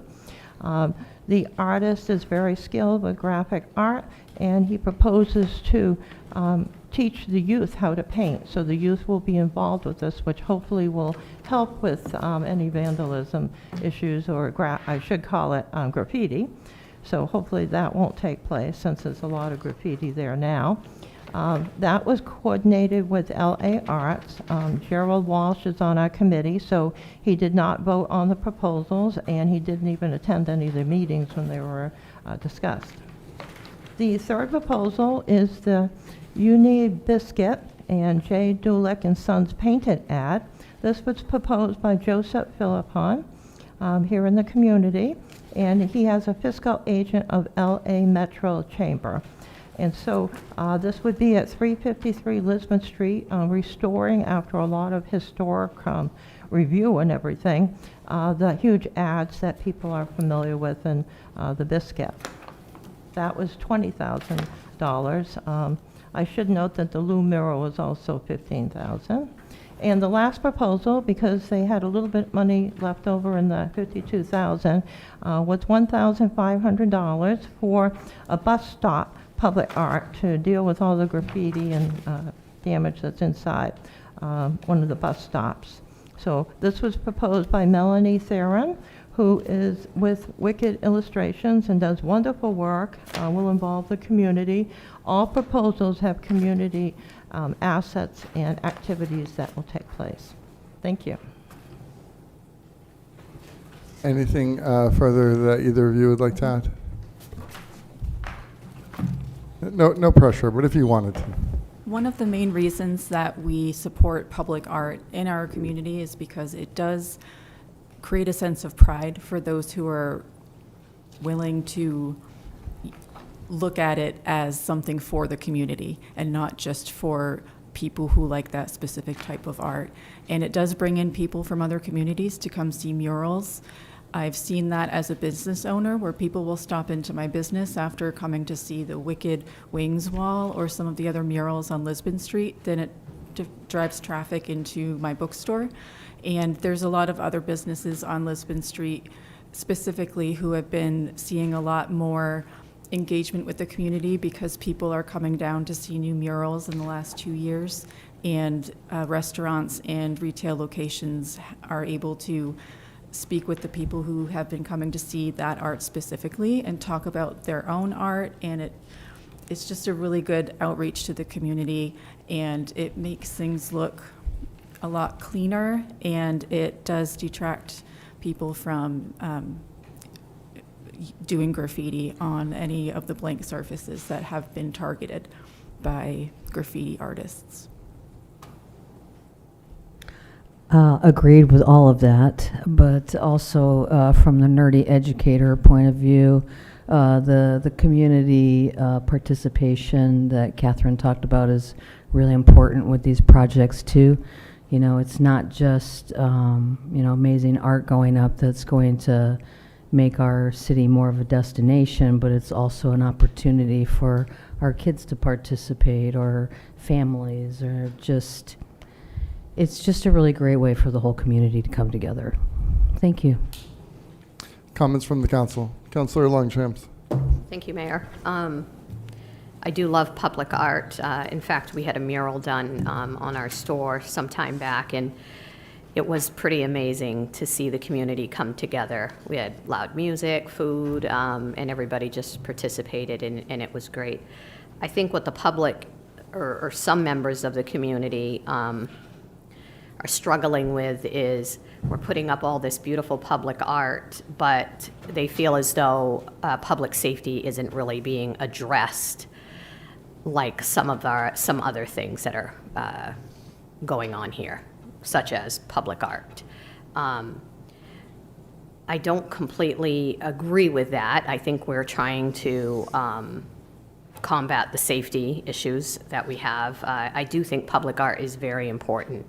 I think if we weren't having the public safety issues that we're currently having, I think more people would be apt to be more excited about this. But it's hard to be excited in a city where these negative things are happening.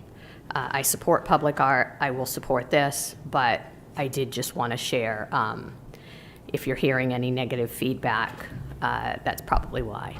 Thank you. Councilor Najin. Thank you, Mr. Mayor. Thank you all for coming. Just as a couple of pieces, really quickly, I was on the Downtown Lewiston Association board when we put up the Blue Jay and Chickadee mural, which I think was one of the first murals in the entire city. I also sat as a co-chair on the Skate Lewiston Auburn movement under Empower Lewiston to get the skate park built. And I can tell you right now, the graffiti in the skate park is a problem continually. When you do put up murals, it does tend to alleviate some of the graffiti problems.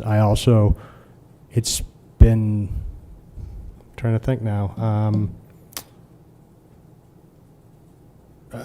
over 20 years, I think, at this point, that the skate park has been there, and finally people are looking at it as an asset, which is absolutely amazing to me because when it was built, people were coming from all over the state, where there were only 2 of them. I guess my point here is that, like, we've been doing public art through the committee process and also with these large projects for over 5 years now. Breaking that process doesn't make much sense to me. Also, I like the fact that we're extending some of these projects out to areas that are a little bit different, and I enjoy the fact that the You Need a Biscuit sign will be restored, providing the Historical Review Board agrees. I'm in support of this very low dollar ask. I'm glad we were able to find the funding through the TIF funds. Councilor Harriman. Thank you, and thank you all for coming out. I just wanted to point out the number of proposals that were received, even in the very short window that the call was out there, was pretty significant, and couldn't fund them all with the budget that the committee had. but I think this is a good mix of different artists, different styles, and I do also like the addition of the historic, the You Need a Biscuit mural, to add another piece in there. And I think this is really quite a small dollar amount in the overall scheme of things. You know, we spend tens of thousands of dollars on the various festivals around town, which also drive pride in the community, bring people to parts of town to to experience them, and out of a tens of millions of dollar budget, I think $58,000 to continue to beautify our downtown and bring more people in and build a stronger sense of pride in the community, I think is worth it. So thank you. Councilor Najin, back to you. I just wanted to say one thing about the bus stops, and I'm going to refer both the Councilor Chittum and Deputy Director, Deputy Administrator O'Malley. We're still missing bus stops in some places that there should be bus stops, right? And so, like, maybe we don't paint bus stops that are defunct, and maybe we paint bus stops that are in the places where they're supposed to be. So I just wanted to point that out. It's a struggle for me to know that we're part of a transportation committee that just refuses to care about my neighborhood's bus stop needs, or Bates's, who has paid $20,000 for a bus stop. So, Councilor Roy. Thank you. Just want to clarify, where is the money coming from this? It's coming from the If you're going to have to pull the mic way closer to you. Again, I sound really loud to myself, but I know I'm not. It's coming Not from... to our friends at home. That's right. It's coming from tax increment financing districts, specifically the New England Connect. Okay, thank you. And if I could add to that, Mayor, in getting back to Councilor Longchamp's comment about public safety, as a staff person and seeing the importance of what public safety is doing, particularly in Park Street, I know I'm deviating a little bit, but if we wanted to use New England Clean Energy Connect monies for public safety, we would have to amend the TIF application, specifically in Exhibit J in the application. But this falls under Section 2 for public art. There is a specific line item that allows for these expenditures to happen for public art and for plantings and for improvements, beautification across the city. There's specific language in there. So, from my perspective as the administrator for the New England Clean Energy Connect TIF, when they had this, when they presented this need, this was something that fit into that. Basically it was a square peg with a square hole, and it fit. So if the council wants to explore, different allocations for monies, we could, that could be a separate conversation. And I just leave it open because that does benefit economic development, and I do understand where you're coming from. And we saw that on Park Street just this week with the efforts of what public safety did. So, but these are important projects as well. So, thank you. Councilor Martell. Thank you, Mr. Mayor. Thank you for touching on that a little bit. So what are some of the other things that we could use this funding for? What are the limits on the funding, on the TIF funding? So annually, it's about $500,000 a year. There's 5 or 6 buckets. There's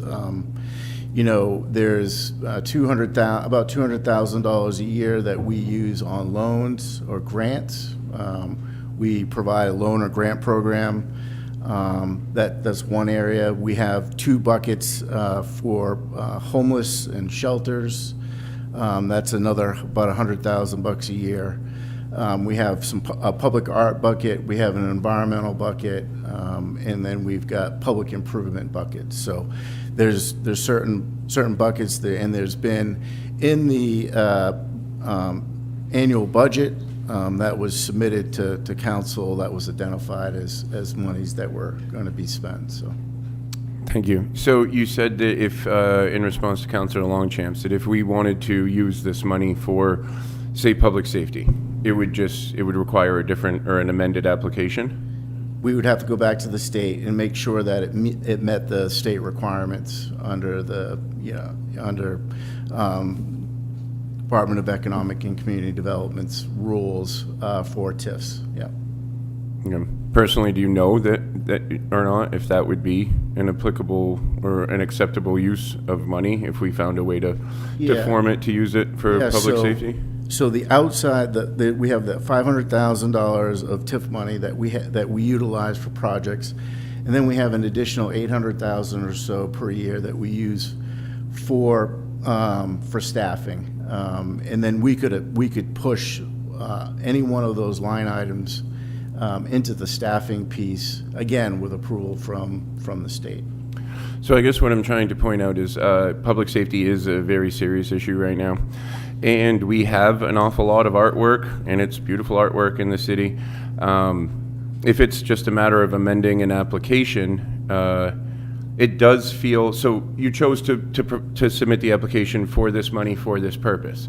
If it was possible to submit an application to use some of these monies for public safety endeavors or stuff like that, it does seem, at least to me, that there was a prioritization of potentially more public art over public safety, especially if we have any control over what we're applying for. And I would suggest that I've heard from a lot of people that, well, frankly, don't appreciate the art, and I understand that's a matter of preference, but it does seem like we have an abundance of it, and we also have an abundance of public safety issues right now. I think that some residents consider it a little bit tone deaf to see the council prioritizing more public art when we have so many other, in some people's eyes, more pressing issues going on. So the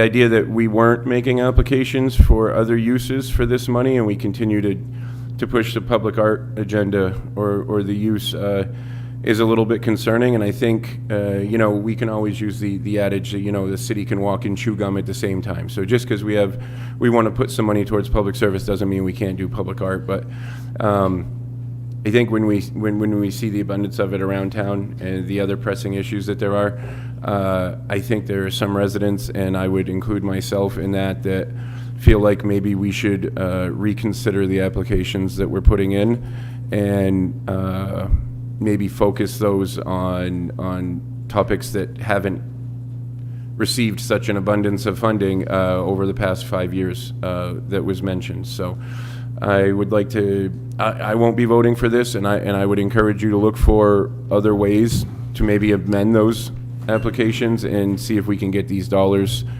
towards something public safety related for sure. Thank you. Councilor Chittum. Thank you, Mr. Mayor. This is a question for Administrator Cainrath. This money has been approved in the budget for fiscal 27 for public art. Correct. This money has been approved by DECD in an application to them for the utilization of TIF funds that was approved by this council. Correct. I am understanding that we cannot adjust the budget that we have just recently adopted. So I think, despite Councilor Martell's impassioned plea that we divert this money from public art to public safety, I don't think we can do that. Yeah. And just to add a little to that the amendment, obviously, we'd have to go through a public process. There would have to be a public hearing. That application is due in April, the end of April for next fiscal year. So just a clarification, it would be for next fiscal year. We would have to get a motion from the council. It would be a process to do that. I just wanted to acknowledge that there could be a process to it and understanding the benefit of it, but for this year, it is in the line item to be spent for public art. as well as last year's. Thank you, Director Blay. Yes, I'm a proud proponent of the public art agenda, and I think it's made a huge impact for our city. One of the first public art pieces that we had that was something that was significant, and I'm not saying that previous things weren't, but it kind of put us on the map, was the zebra. And when we had the zebra, Down East Magazine put it on their little scavenger hunt thing that they did. And we had quite a few tourists come by and looking for the zebra, found the zebra. And I didn't take a poll, but I can imagine some of those stopped in town and ate, maybe stopped at our local independent bookstore. And and then Councilor Najin mentioned the blue jay. And so we planted a blue jay on the side of a building that took a little bit of doing to get done. I remember at the time, but we made it. And sure enough, not but a little while later, we had a coffee shop named Blue Jay, and it's doing fabulous. And I would argue that well-kept spaces stay well-kept, and that's what was, I think, mentioned by Courtney, that walls that get painted, get far fewer instances of graffiti than unpainted walls. And I think it has absolutely contributed to economic development in our city. And I'm excited. All right, some councilors over here want to be recognized again, then we're heading to public comment. So we're going to do Longchamps and then Najin and then Harriman, and then we'll go to public comment. Thank you, Mayor. I do have a question about the applicants, but I would like to say, I do think beautifying our city is very important. But I am happy to hear that we can redirect or reallocate, or at least have discussion on this lump sum of money that we might be able to do for a different year. Not taking away any public art. I think that too could be funded, but maybe we could utilize some of that money elsewhere. The question I have about the applicants here, when the application is filled out and the names are on there, are those the artists or just the people that have basically applied for certain funding and a mural, and then they pay the artist, or does the artist get paid directly from the city?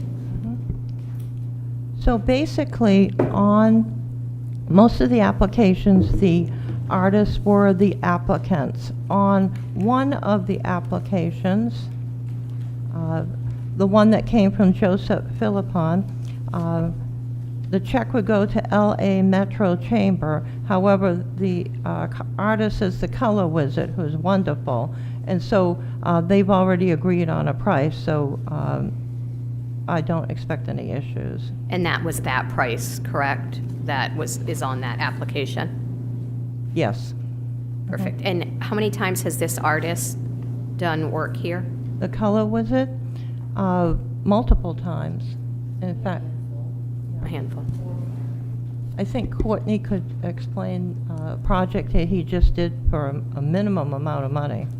Yeah, he just basically volunteered many hours and a lot of supplies to fit into the budget that we had, which is fairly small for the alley murals that just went in behind 124 Lisbon Street. And he did 2 very large, beautiful, tropical rainforest frogs. I'm sorry, I don't know what kind of frog it is. But he did those 2 right there, and he's done several others in the city, but I believe these frogs were the first ones funded specifically by the Public Art Committee. The other ones were privately funded by Joe Philippon and organizations that he worked with, because he is a big supporter of public art and has seen mural artists and how they've really changed other cities.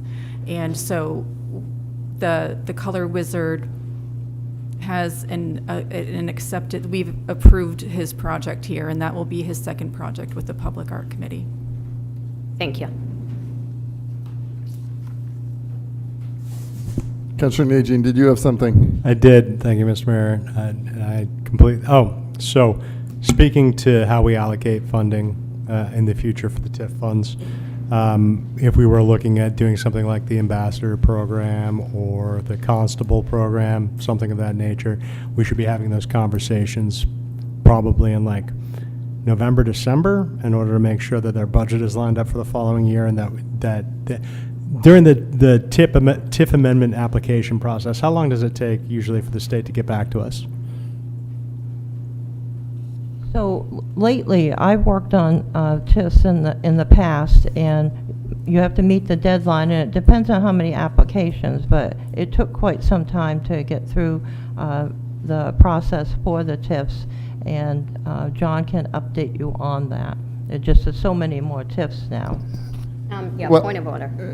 Yeah, no, understood. We're talking about this agenda item. I guess if we want to focus on the process for amending TIFs or changing, I would like to pick this up at a later time. Councilor, did you have anything further, Councilor Najin? I would like that question answered, but I guess if it's not going to be answered in public session, I could put an agenda item for it for the next council meeting. In new business. We're coming up later this meeting. I mean, if you have something that you can quickly answer, since you're here, Director Blay. Sure. Typically it's about 2 or 3 months after the submission, and assuming that we're fully staffed. Of order, we just had this. One second, thank you. Please continue. Point of order. Recognize. Since he's here and we had this point of question, we're just going to quickly Nothing to do answer with it. public art. Thank you. Please continue, Director Blay. That's pretty much it. It's like 3 months after application. Okay. Thank you, Councilor Najin. Councilor Harriman. Thank you. I just wanted to talk about the the different parts of our city budget and offer some perspective on them. We currently spend over $20 million on public safety, plus significant debt from capital expenses, and we're talking about $50-something thousand here. That's granted coming out of funds that could be used in particular other ways, but they are not from the general budget, and it's a fairly small amount of money for the impact that it has. Councilor Chittum. Have we had public comment? I'm ready to call the question. We've ranged so far away from the item here that it's incomprehensible. Thank you. Yes, I'm planning to go to public comment right now. Public comment for this agenda item.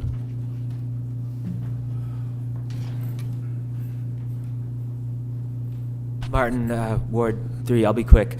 One, I was thinking along the same lines as Councilor Harriman. The city spends a lot of money on public safety that city doesn't have an art department, so this is a drop in the bucket. And also, more money doesn't always make more safety, so there's a question of how do we use the money, what the right strategies are. I support the public art. I also do want to make known graffiti is a form of art and participation too that has value. Finally, I have a question about public art. I don't know if I know it's not directly related to this, but at Wicked Wings Alley, at one point there were words on the wall too, in addition to the wings. And there was a quote from Maya Angelou, and there was some words about victims of the mass shooting, and those got taken away, and I'm curious why. Further public comment? Public comment is now closed. Does anyone from our panel here wish to address or say anything? Okay. Further questions, comments from the council? Madam Clerk, please call the vote. Counselor from Ward 5? Yes. Ward 6? Yes. Ward 7? No. Ward 1? Yes. Ward 2? Yes. Ward 3? Yes. Ward 4? Yes. Motion passed by a vote of 6-1. Thank you very much, Madam Clerk, and thank you to the three of you, and to everyone on the Public Art Committee. And to the artists. Item number 8. Item number 8, resolve authorizing the expenditure of up to $29,900 from the New England Clean Energy Connect Tax Increment Financing District for the ILY Gardens. Requested action, resolve authorizing the expenditure of up to $29,900 from the New England Clean Energy Connect Tax Increment Financing District for the ILY Garden. Thank you very much. May I have a motion, please? So moved. Councilor Chittum, may I have a second? Second. Councilor Najin. Can the three of you please introduce yourselves and then kick us off? John Blaze, Acting Director, Economic and Community Development. Tanya Hollander, visual artist in Auburn. Catherine Ruth, Community Development Manager. This is another art project, actually. It's really a comprehensive art project that is focused on Samard Payne Park. It's really, another way to celebrate the new main mill beautification project with flowers. It also pays tribute to the, in remembrance of the shooting. Again, we're using the TIF increment financing line item. This is, again, the bucket of money that we have for this project. This was one of the original art projects that were submitted that did not get funded. My predecessor had this as a CDBG project. We identified this as a project that could not be funded by CDBG for numerous reasons. So given all the things that were going on in that area for Samard Payne Park, the main mill, the balloon festival, and everything that's going on, we're going to have a lot of people coming to Lewiston. And then from my perspective, this is an absolute beautification project that people are going to see from outside of our community. And this just hits a home run to really beautify the work that Public Works has done. Tanya has worked with Public Works to identify the specific locations where she's going to do some beautiful plantings with flowers and things like that. It's going to, accent the new main mill. We're going to have lots of people coming. I just want to have a good story about this area with all the people coming from outside of our community. And this really felt like a good way to spend the funds there. So I'll turn it over to Tanya. She can talk a little bit about the plantings and some of the details. But I really see this as a project that is an economic driver for Lewiston. This will really change the image with the work that Public Works has done, the Balloon Festival, the new main mill, everything that we have going on there. I just think that this is an absolute home run for creating an attractive site that people are going to visit, and leaving positive impressions is what we need to do here in this community. So I'm fully in support of this project as an economic project, as a beautification project, and as an art project. Thank you. I can talk a little bit about the gardens and how I came up with the concept. I've been an artist for about 30 years. The last 15 years has been really community focused, and mainly photography. But when the shootings happened, I stopped everything that I was doing and went down to the memorial sites because I knew that they were going to be meaningful to the community. I was in Paris during the 2015 terrorist attacks, and I saw how important, as flowers were placed and ephemera from community members were placed, started the healing there. So when it happened in Lewiston, I knew as an artist, I had a responsibility to this community to respond. So I started working with Main Mill. I documented the memorials daily, sometimes multiple times a day. I helped them archive the ephemera. And one thing that was really stood out was the flowers and how important that they were to the community and to the people who left them and to those people that were honored. So I ended up photographing the flowers, drying them, and then they're at Main Mill. And I made several other pieces with the stuff that was left. And then I expanded the work to a national and international level. And went to other sites of mass violence. I worked with the 9/11 Museum, and the chief curator there has been a mentor of mine, and through this work in Lewiston, I did an installation in the University of Manchester in the UK at the International Spontaneous Memorial Conference with the work that I did in Lewiston, which will also be part of a book. And I came back and did a piece for the first year anniversary of the shootings at Main Mill with the plastic sleeves that wrapped the flowers. And then for the second year anniversary, I thought it would be really beautiful to plant a garden with the community on October 25th. So I started working on it at the end of last summer, got approval, I think October 10th from Public Works. And within 2 weeks, I was able to round up about 50 volunteers, about 10 different community partners, and I got a bunch of flowers donated and some at low cost. And together on October 25th, about 50 people from all over the state planted thousands of bulbs, and they bloomed in the spring. So my idea is to continue doing this. We've had 2 community planting days this year already. And every time I'm down there, we started in Samarpang Gateway Park and the railroad tracks in between Lewiston House of Pizza and the station.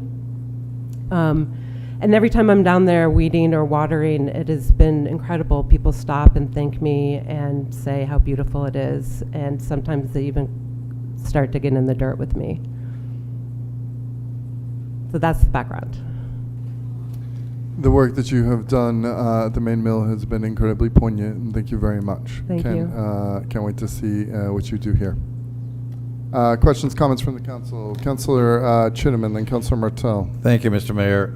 This $29,000, where would this was not included in the Public Art Committee. Where does it sit in the budget now? So it sits in the New England Clean Energy Connect. It was identified in the art line as a standalone project that was submitted. So it has been budgeted by the council for art projects? That is correct. Okay, thank you. Ongoing expenses of this is the installation cost, the setup cost, the first years of operation. What about funding in the out years? I'm continuing to apply for multiple sources of funding from art and garden funds, as well as anything that comes my way. I also applied for and have 501c3 fiscal sponsorship through an art organization called Fractured Atlas, and I'm doing annual mailings, annual fundraising. So ongoing maintenance then is relying on private fundraising? Private fundraising and the volunteers that I'm organizing. All right, thank you. Thank you for your efforts. Thank you. Thank you. Thank you, Mr. Mayor. Could you help me understand the spending a little bit? So I'm looking at Sure. 2 locations, 200 square feet each, so maybe a 10-foot by 20-foot as an example patch in 2 locations. It's a little bit larger now. It's 4 feet by about 100 feet in between the railroad tracks. The other site is about a 20 by 20 foot on Oxford and Cross. And then in front of Main Mill is about 4 feet by 150 feet. All right, well, I'm just looking at what's in I our understand. information here. 2 locations at 200 square feet each. So that works out to just shy of $75 a square foot. So could you help me understand the costs associated with each, like why that seems so costly? It's not the actual planting that is the actual square footage that's the cost for this. It's organizing the community planting days. It's reaching out to make sure we have ASL interpreters. It's all the other things. If you just hired a gardener to do it, it would be much cheaper. But what I'm trying to do is make this a community involvement project.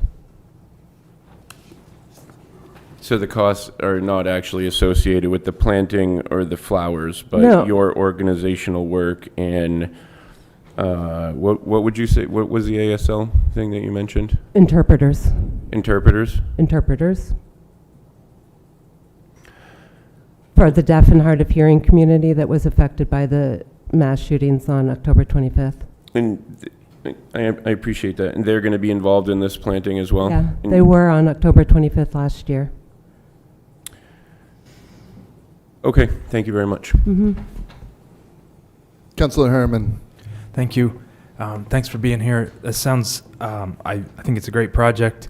I had a question similar to Councilor Chittum about the ongoing maintenance, and I wondered if it was going to fall to Public Works to do the ongoing maintenance, or if that's going to be, it sounds like it's going to be you and volunteers. And volunteers, yeah. I'm actually doing maintenance for Public Works. So Reggie and Steve and I have worked out a really nice symbiotic relationship where they're helping me do things and I'm helping them do things. Reggie just did a massive planting of really beautiful trees, and I'm watering them for him during the heat. He's lending me tools. It's been a really, really wonderful civic and private partnership that I'm really proud of, the work that I'm doing with them. All right, thank you. Yeah. Councillor Longchamps. Thank you, Mayor. I just would like to say thank you for investing in us, and these seem like really great projects. So just thank you for being here. Thank you. Public comment for this agenda item. Back to the council. Anything further from our panelists, or presenters rather?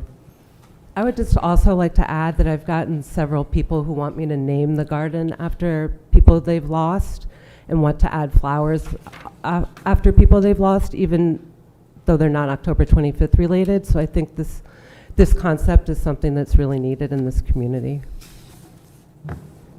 Thank you. Madam Clerk, please call the vote. Counselor from Ward 5? Yes. Ward 6? Yes. Ward 7? No. Ward 1? Yes. Ward 2? Yes. Ward 3? Yes. Ward 4? Yes. Motion passed by a vote of 6 to 1. Thank you very much, Madam Clerk, and thank you to you three. Thank you.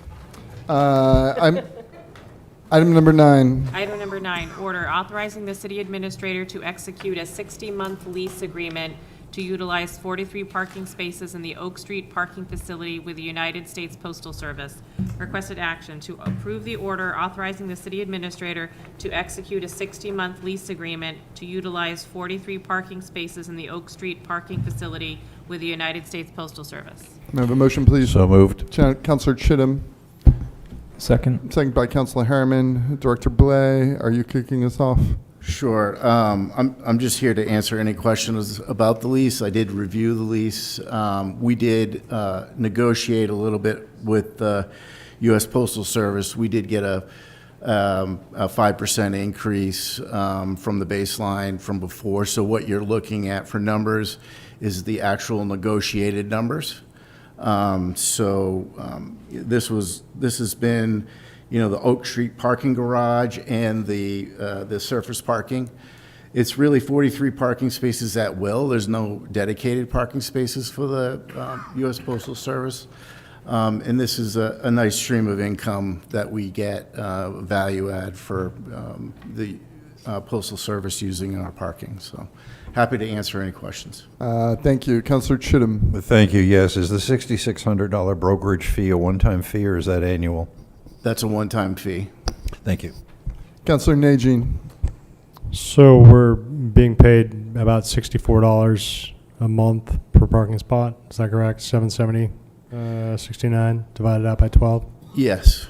And we're just guaranteeing that rate's locked in for 5 years. That's correct. Okay. Yep. Thank you. Councillor Longchamps. I was basically just going to ask if there was an increase, and you said there was by 5%. Yep. Thank you. Yep.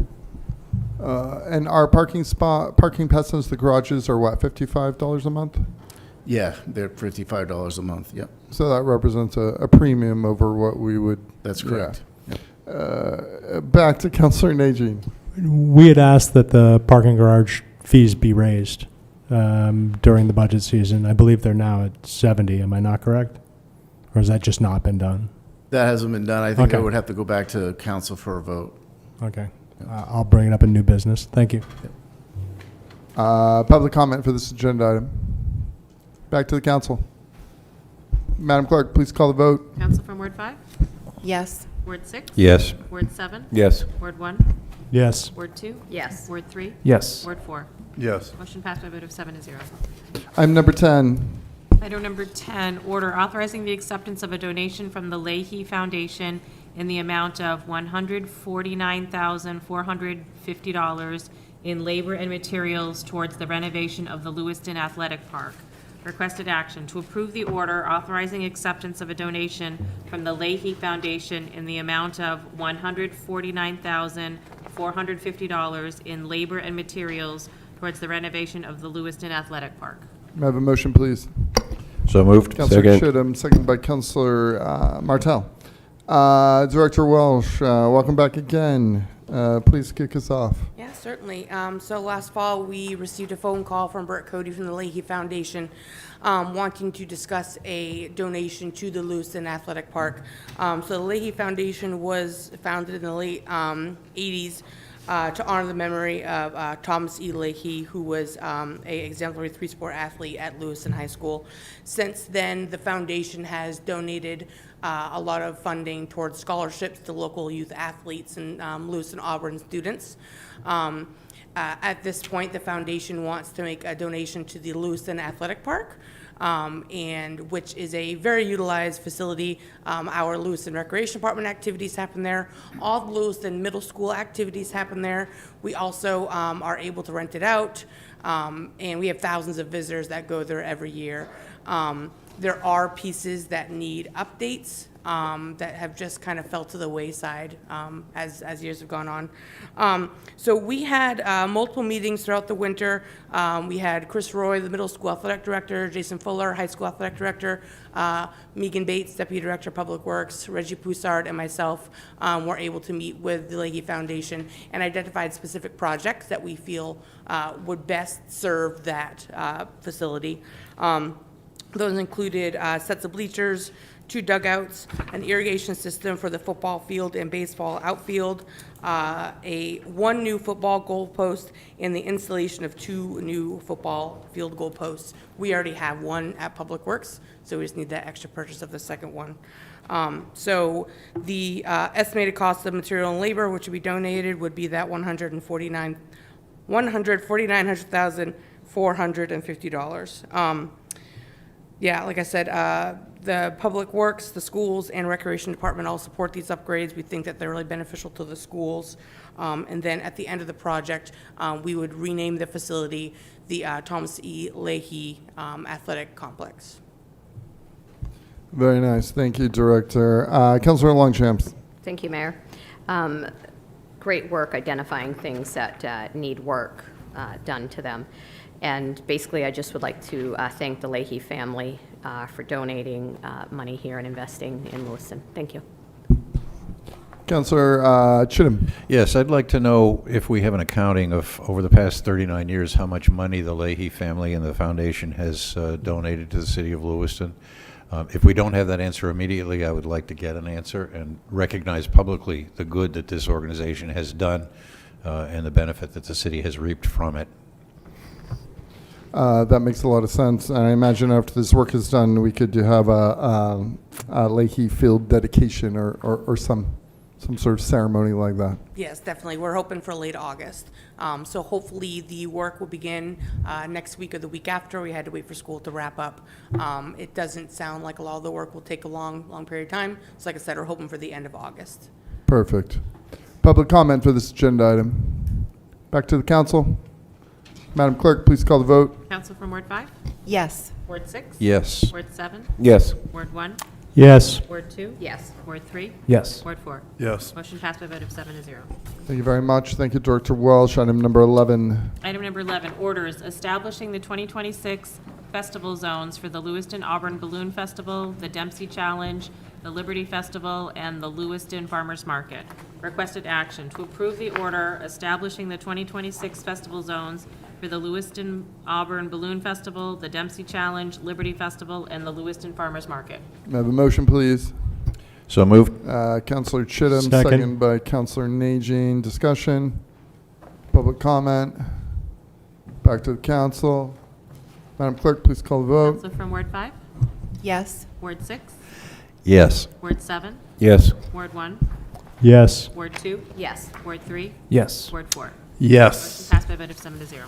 Item number 12. Item number 12, appointment of a city councilor to serve on the Public Safety Committee. The first item for requested action is to discuss the selection of a city councilor to serve on the Public Safety Committee. Do we have nominations, ladies and gentlemen? Okay, Councilor Chittum. Without consulting her, I nominate Susan Longchamp. Susan, are you accepting, Councilor Longchamps, are you accepting of this nomination? Yes, thank you. Okay. Madam Clerk, if I remember right, nominations do not need a second, correct? Correct. Okay. We have one nomination on the floor. Do we have other nominations? Can we have a motion to appoint Councilor Longchamp to serve on the Public Safety Committee, term to expire January 4th, 2027? Sorry, I don't know if I'm doing your job, Madam Clerk. No, it's fine. I would be pleased and honored to make that motion. Councilor Chittum, seconded by I would second that motion. Councilor Najin. We're now heading to public comment. Back to the council. You're still good to go? Madam Clerk, please call the vote. Counselor from Ward 5? Yes. Ward 6? Yes. Ward 7? Yes. Ward 1? Yes. Ward 2? Yes. Ward 3? Yes. Ward 4? Yes. Motion passed by a vote of 7 to 0. Thank you. Everybody, we're now up to item number 13. Item number 13, update from the Lewiston Housing Authority. Come on down, Director Kilmurray.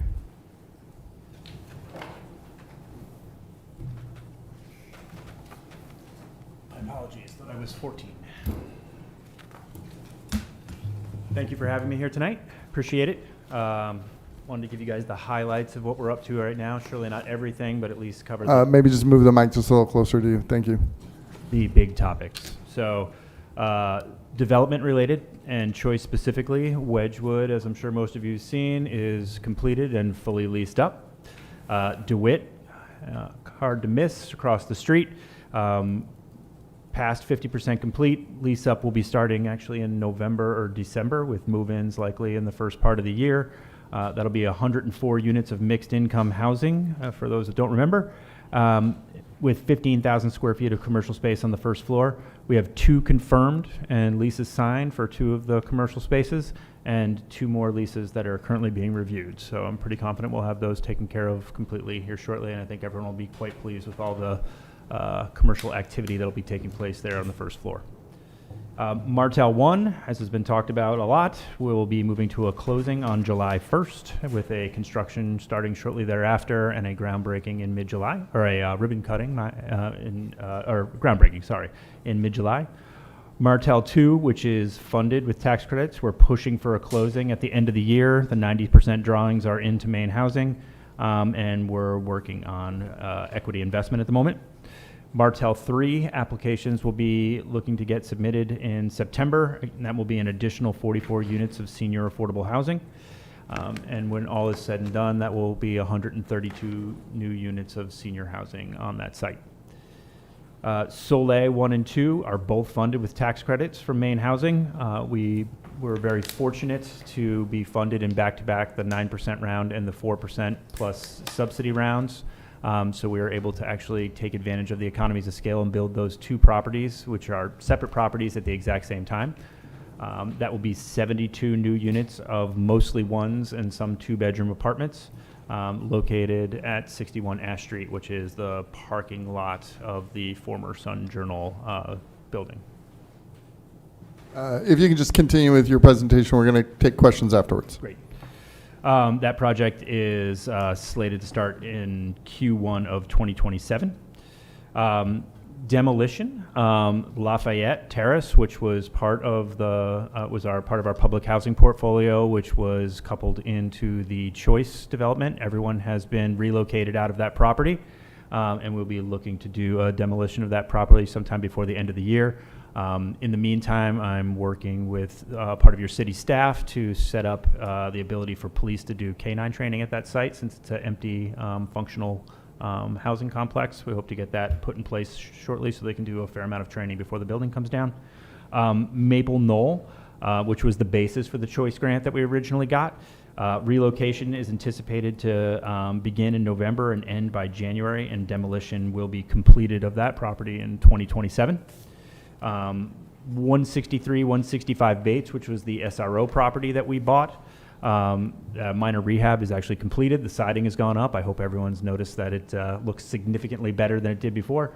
That property's operating great. We're really proud to have that as part of our portfolio. And then one really cool program that we're just about to start to issue our first vouchers on, actually, is called the Direct Rental Assistance Program.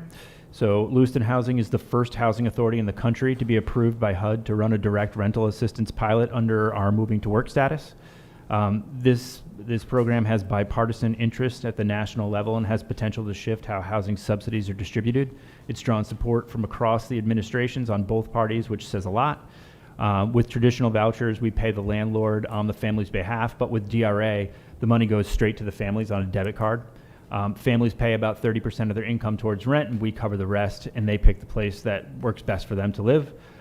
Traditional voucher system is buried in paperwork, and DRA is far more efficient on the back end and cuts administrative burden for everybody. And most importantly, DRA puts families on equal footing. The subsidy is theirs to use and operate much like a market rate renter, which helps them to avoid the stigma and discrimination tied to the voucher label. We're running this as a 5-year pilot, and it's open to families who already have vouchers as well as folks on the waiting list. And we plan to add 60 families every year for the next 5 years in this program. We're one of the first to get it, and we're going to be the first in the country to test it, and we're working with Bates College on the research component for this. And then I've talked to you guys about this before, but just an update, the older adult home modification program that we got, which was a $1.2 million grant to provide home modifications for seniors and disabled people to remain in their homes. Just to reiterate, we can spend up to $5,000 in a home repairs at no cost to the participant, and can spend up to $15,000 if they need additional modifications, such as a ramp or a chairlift. We've partnered with Andwell to provide OT and nursing services to the participant. This is for people who are 62 plus and or disabled are eligible. Income eligibility is for people at 80% of the area median income. And we serve 5 counties, Androscoggin, Cumberland, Oxford, Franklin, and Kennebec, but a majority of the people that have applied for the program thus far have been from Androscoggin County. To date, we've completed 22 homes. We have more than 20 currently on the wait list, and 18 currently in progress, and 3 intakes scheduled for the next couple of weeks to get started on. And that's the highlights of what we have going on right now. All right, we're going to start with the Councilor 411, just wrap on down the line here with questions, comments. Thank you, Mr. Mayor. Thank you, Mr. Kilmurray. Just a quick question on Soleil. Is there still retail space associated with it or commercial space associated with it? There is. There's 8,000 square feet of commercial space. There's 8,000 square feet. Okay, it's perfect. required as part of the zoning for that area. Perfect. And you said there were 60 families for the direct rental assistance program that you were going to be running 60 for next? families every year for the next 5 years. Okay, perfect. And then with the $5,000 assistance for seniors and folks with disabilities, that does not apply to renters. Is that correct? That is applicable only to homeowners? You know, I don't administer that program. That is an excellent question. I don't believe that does, and I'm shooting a little bit from the hip here, I don't believe it does apply to them because that would be a reasonable accommodation under most things with landlords, unless it was a burden for them. So a lot of subsidized properties have replacement reserve accounts, which would pay for something like that. But that's a good question for landlords that might be burdened and have people who live in their apartments that need that. I can get back to you on that one. Okay, thank you so much. Oh, my turn. Yeah, Councilor Longshops, yes, we're up to you. I was basically just going to talk about the program, the $5,000 that is available for 62 plus. I hope it's not for apartments or landlords. Personally, I hope it's for homeowners that are struggling. It was originally designed for people to be able to stay in their home and age in place, but I just want, I didn't want to say no, not having actually read the actual pieces of the grant, so. Right. So I think that's all I have to say. Thank you. No questions? Thanks for coming. I'll go at the end. No questions. Thank you. Congratulations on the direct rental assistance. You're the first in the country that's applied for this, that has been granted the authority to do this? Yeah, by HUD directly, yes. Well, thank you. I can imagine that must have been a fairly heavy lift being the forerunner in that. So congratulations to you and your team for getting that capability. I have a question unrelated to anything that you've talked about tonight. Can you please explain to me the relationship between Lewiston Housing Authority and Avesta? I have puzzled with that for years, and I would love to have a succinct explanation for how these two organizations work together. We generally don't work together. We work together on the choice grant because when we originally applied, Again, we were the first small city in the country to get the choice grant. Before that, it was always the large cities like Chicago and Philadelphia, LA, Boston. In many of those places, there are extremely large nonprofits that have everything under one roof that can handle everything soup to nuts, and HUD was very used to working with them. And so for us to be able to be even considered for this grant, which was a major long shot, we had to put together a grouping of people through a joint venture. And so Avesta and Lewiston Housing Authority, and Lewiston Housing Authority brought in multiple other people from different disciplines under this joint venture so that we could then go to HUD and say, we may not qualify like a Chicago Housing Authority, but look, we do have all of these people who are extremely qualified under one roof to be able to get this job done. And that's how we were able to secure the grant. So Wedgwood was an example of this, is that correct? Wedgwood and DeWitt are back. And yes. DeWitt, okay. It may be outside your bailiwick, but probably not. What is Avesta? What's their function, and what do they do? I actually worked at Avesta for 4 years. I was the director of Then I property guess you management know. resident services for quite a while. They're a nonprofit development organization, so they own and develop properties. They do also do some third-party property management as well. Thank you. Yeah. Thank you for your presentation. Dr. Kilmurray, thank you for joining us. I consider Lewiston Housing a partner in success for Lewiston. Appreciate your tenacity. I've said this multiple times. Unfortunately, Lewiston Housing gets the blame for the delay in Martell, but that's spread among multiple councils and a lot of reasons for that. But I'm glad with your, or I'm happy that you, along with the rest of the people in your organization, have had the tenacity, and we just might live long enough to see Martell started and finished. So thank you very much. We're now heading to public comment for this agenda item. Should there be any public comment? And now public comment is now closed. Anything else you'd like to say? Thank you very much. It's a pleasure working with all of you. Thank you. Madam Clerk, we're closing in. Item number 14. Item number 14, update regarding the Flock license plate reader cameras. Come on down, Chief. And Sergeant Brown, correct? Yes. All right. Please kick us off. Good evening. So we're here just to provide you with a quick update on the flock cameras, some of the security measures around them, policies, and answer any questions that you have. And I'll kick it off to Sergeant Brown as he is kind of heads this off for our department. Okay. First off, I'm going to go over some of the safeguards that we've put in place through the Lewiston Police Department with sharing of information, access of information, and the way that we go about utilizing this program and these cameras throughout the city of Lewiston. One of the first is anytime that there's an alert on through the flock system, the officer that You mean gets, like when it flags a vehicle? Yep. Yeah, okay. Any alerts, whether it's a stolen motor vehicle, a missing person, suspect in a shooting, or whatever the case may be. Anytime that there's an alert at all, we have a policy that the officer that receives that alert shall do a secondary query into either our system or through NCIC to confirm that that is the actual vehicle that triggered that alert. So that's one of the fail-safes that we have, is anytime that there's a alert through Amber Alert, through stolen vehicles, stolen plates, missing person, endangered person, anything at all that the officer is required before putting out any enforcement action, that they need to confirm it with a secondary database. So that's kind of one of the easier ones. Another one is I do monthly audits. I'm not the only one that has access to do the audits, but I'm the one that's been tasked to do them. Every single month, I do an audit of our system. That's every single person that has the authority to use our system. I go through and check and see what they're using our system for. So that's going to be people that are in-house inside Lewiston PD that have access to the system, and that's also anybody that we have a MOU with that is accessing our system. What the reason is they're using it for, the case number, so that I have a reference, so I can go back later on and speak with them if there's any issues.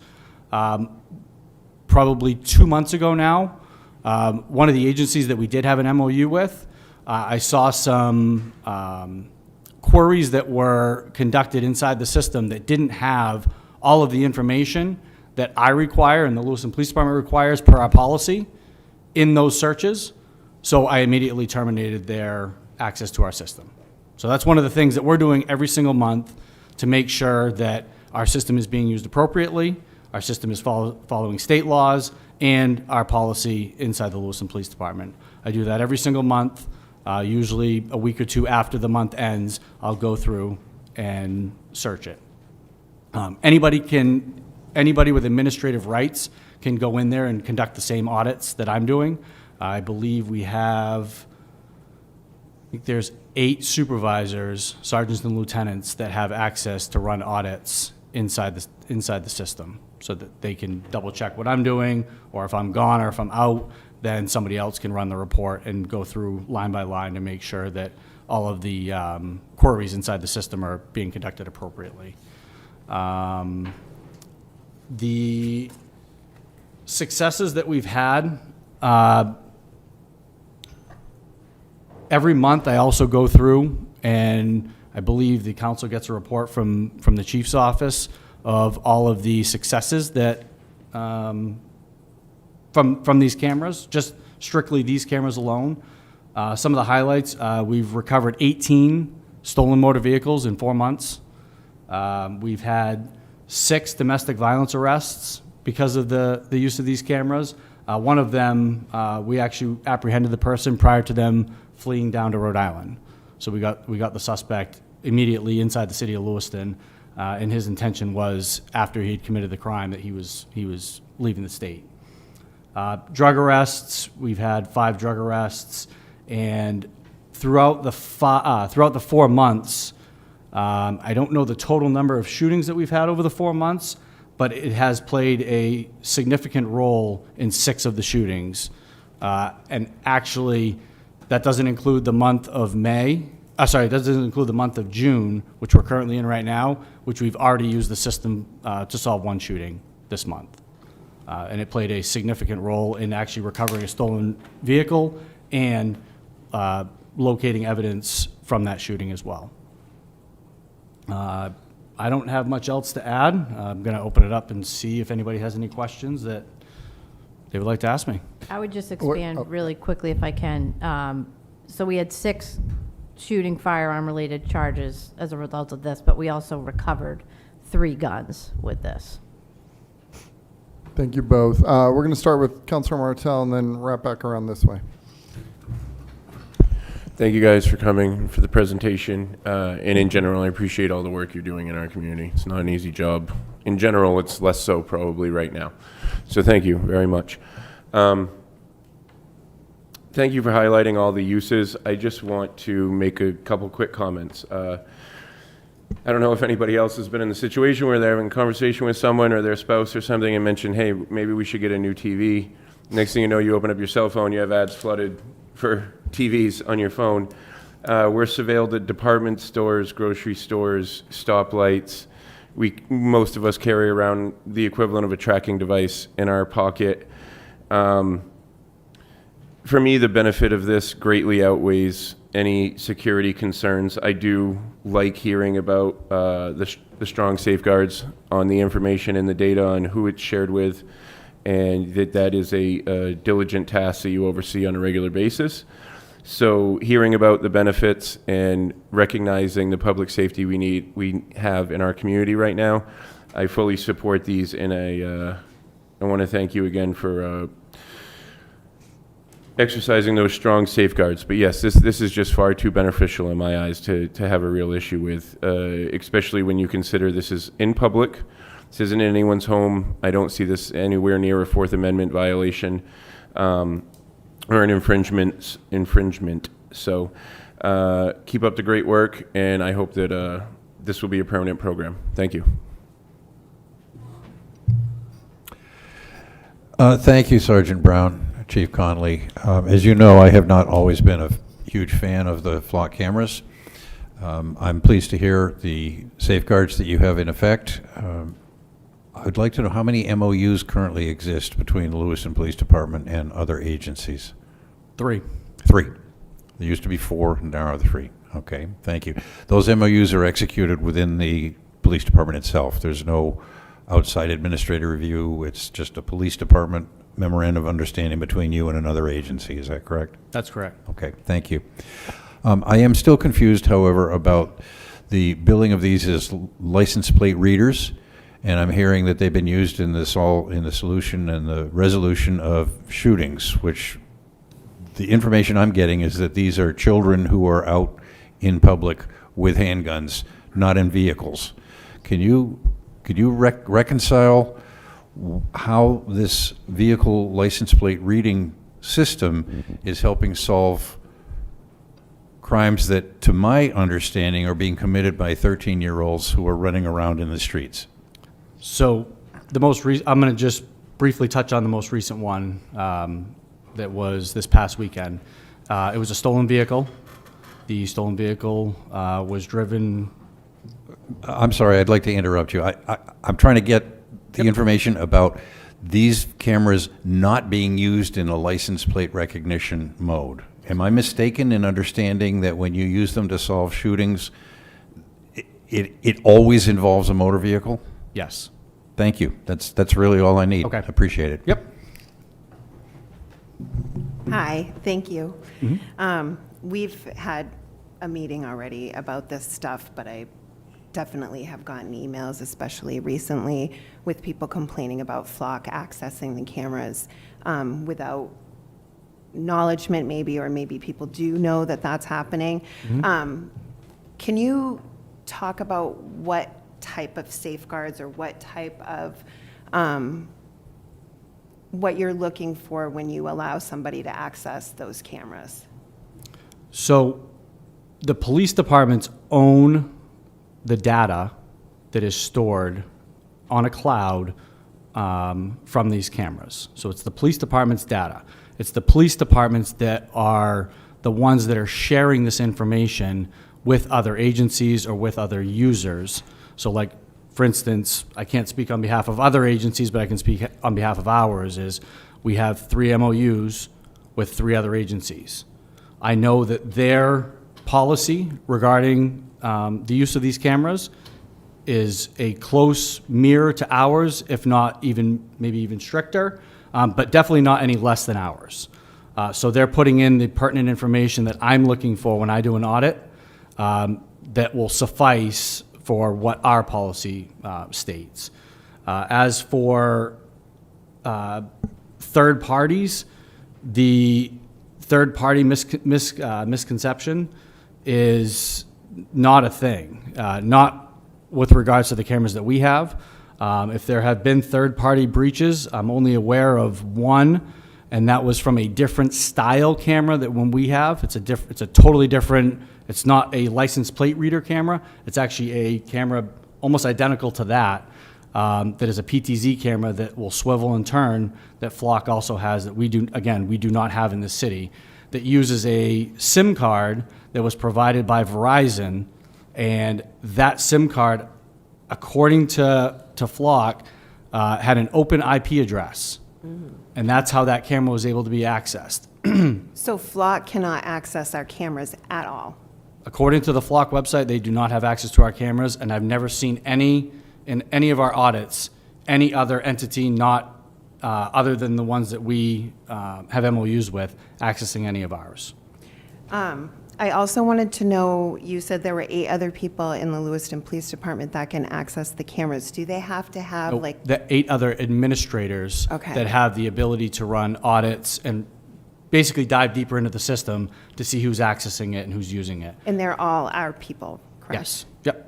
And then the last question that I had was, what's the criteria or the crime stats as to what you use to where you're going to put these cameras? So this was a study that Flock had done. We had given a bunch of crime data to them. They were the ones that digested it and came up with a best case plan for us to implement these throughout the city based on, location, who owns the poles, who owns, if there's any permissions that are, or if any waivers are needed, if there's any special permits that are needed.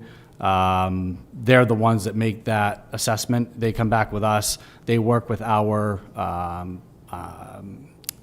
code enforcement and our planning committee to figure out what permits are needed, if any, and if all these cameras are in places that are appropriate.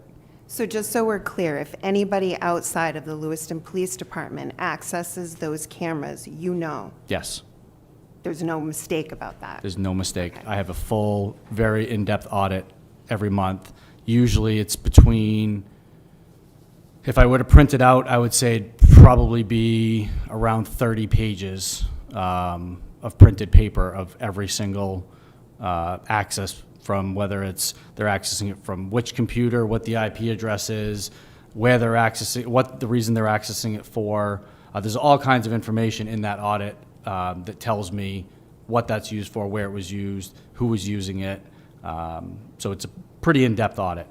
Would you say that the flock cameras are less accessible or less able to be broken into than our regular stoplight cameras or city cameras that we have on the street wherever? I mean, those cameras are all, those are all controlled by the state, so we don't even have access to those, but I don't know who does. Those are the traffic cameras, the city cameras we have access to.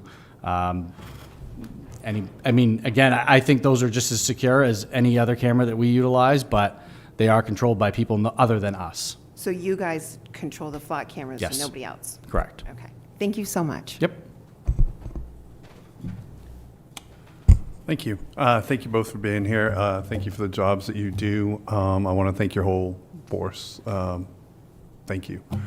I'm kind of torn on this. I do see the benefits to it, and I do see the concerns to it. My question was already answered about, how many users and if they were only within your department. But I just wanted to say thank you for what you do. Thank you. I'll go at the end. Councilor Herman. Thank you. So I've got a handful of questions, but they're fairly short. And thank you both for being here. So the first one, I guess, is you just mentioned, which cameras do we have that are controlled by the state? Every single traffic intersection has several cameras at it that are controlled by the state. Mr. Mayor? They are. Those are actually controlled by AvCog, Councilor Herman, and they do not record. They're just used to control the lights. So when you see Okay, some yeah, hanging those- on over the Yeah. lights, those don't record, and those are controlled by AvCog. And they're just they read the traffic to get the left, to turn arrows, those kind of things. Okay. Okay, yeah, that's what I was thinking on that. So you mentioned on the flock cameras, there are 8 administrative staff who can do the audits and things. How many staff have access to the data? I believe right now we're up to 22 total users. Those have been trained by me. They've gone through the policy. They've signed off on the policy. They're aware of all of the safeguards that are put in place and the reasons for its use. And I believe we're at 22 right now. Okay. And which the 8 is included in the 22, so it's 22 total. Okay. And how long is the data stored for? State law is 21 days. Okay. And then it's sort of on a rolling basis. It gets deleted after 21 days, and then more data is collected. Yes. Okay. And then the policy you mentioned, is that something that we can read, or can people find that somewhere on your website, or? We can definitely forward that to you, email that out. Okay. I can email that tomorrow if you'd like. Okay. Yeah, that'd be good. And then I had a couple questions on the outside access. So who else besides Lewiston PD has access to our system? So we conferred with council on this one, and we are not at liberty to share any of other outside agencies that we have current MOUs with. But it's 3, you said there's 3 agencies? Yes. Okay. And are they, can you say whether they are municipal agencies or state agencies or federal agencies? All municipal. All municipal. And are they all within the state of Maine, or are they out of state? All within the state of Maine. Okay. And then when you do the audits, do you publish those, or do you publish like a summary of the audits that people can see? So I believe every month we send out a summary that I write up and I send to the chief, and the chief sends it out to elected officials. And I don't believe I've sent any of those out, You but I haven't? can. Okay. Yeah, I think I've Um, upon request, but it I has think- not been like a monthly thing. I think you did. I saw that the elected official one from I may have done it January once, and but it February. hasn't been Okay, monthly. sorry. Yeah. So, my bad. Okay. Not every month, but Okay. yes, we could definitely provide those for you. Yeah, I'd be interested in It's that. a summary of the audit. It's like, I think, for instance, I think it was the month of March where I found that the agency that I don't think met our criteria, where I actually put in the audit that, everything seemed to be good, everyone was using it appropriately. However, I did find that there was an agency that I didn't think met our standard, and they were removed from the system. Okay. And then have you had any conversations or considered putting this out to either to the public or to the council for a vote on whether we want to, whether we or the public want to continue with the program? I believe that was done in the budget process, whether or not it was going to be funded for another year. So I believe that would suffice. Okay. All right. I think that's all the questions I have. Thank you. Thank you. Thank you for all the safeguards. I think that's really important, and for sharing that you had to eliminate one of the MOUs. I think integrity and all of that is super important. I believe in this system. I mean, to hear all of the crime situations where you were able to really efficiently get people, to me speaks volume. I don't see how anyone would be against it. So you guys know how I feel about it. I hope this continues to be supported so we can continue to fight crime faster. So thank you. Thank you, Mr. Mayor. Thank you both for being here.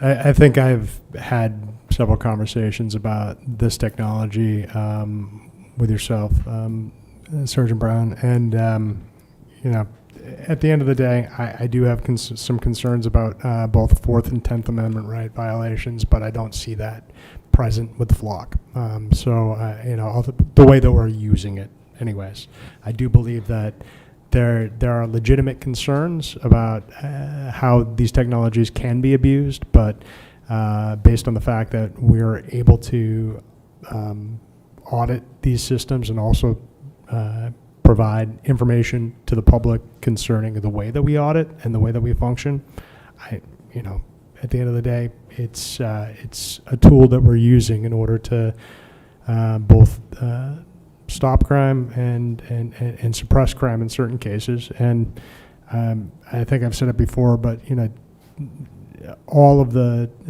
tech companies in the world know where I am at all times, including when I'm in my house. And so what you do in public, I think, has a lower expectation of privacy.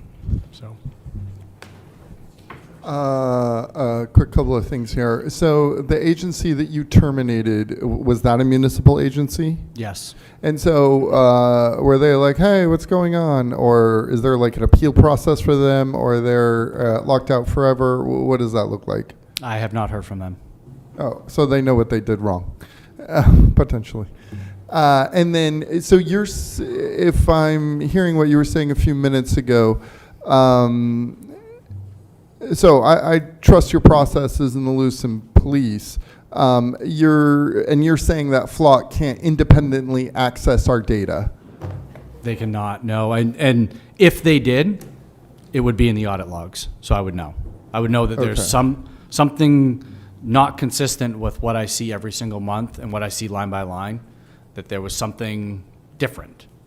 And then I would obviously inquire on that as to why is this certain line item with a different IP, with a different user. Something would be obvious in these. They're very standard. They're line by line.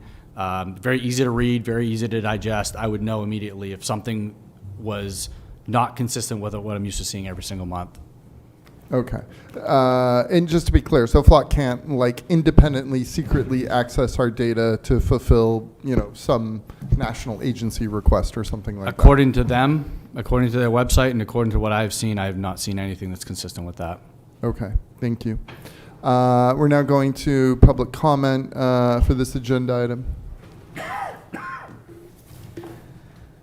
Matthew Agron, Ward 4. Let me start with Benjamin Franklin. Those who would give up essential liberty to purchase a little temporary safety deserve neither liberty or safety. So, in July 2025, Flock had to restrict access to the national lookup tool because Virginia, California, and other states raised serious concerns about misuse with federal overreach with illegal Flock backdoors into the system. So what do we do when Flock overrides our local rules and shares our camera data with ICE? They did it in Virginia over 3,000 times. Can you guys guarantee that our data has been deleted from the cloud by Flock after 21 days? There have been serious security weaknesses that white hackers have found with the security on the Flock system, including their cloud, that could allow non-law enforcement access to it. I'm glad to see that we have a use log that the council will get a copy of. That would be very nice for transparency. I'm glad to see we have humans involved with any tagged, so that the Lewiston won't end up with the Kit Museum car issue. If you don't know what that is, look it up. Lastly, what happens when, which has happened multiple times across the USA already, we have people who are harassing their exes using the Flock system to track them down, even after they've moved multiple states away.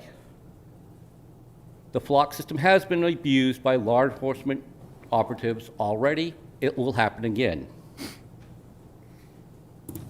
And how many MOUs does the city of Lewiston have with other agencies that we are not sharing our data, but we're getting access to their data? That'd be really interesting to hear.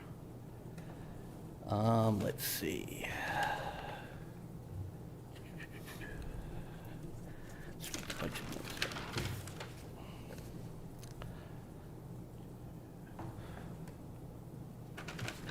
I'll leave it with that.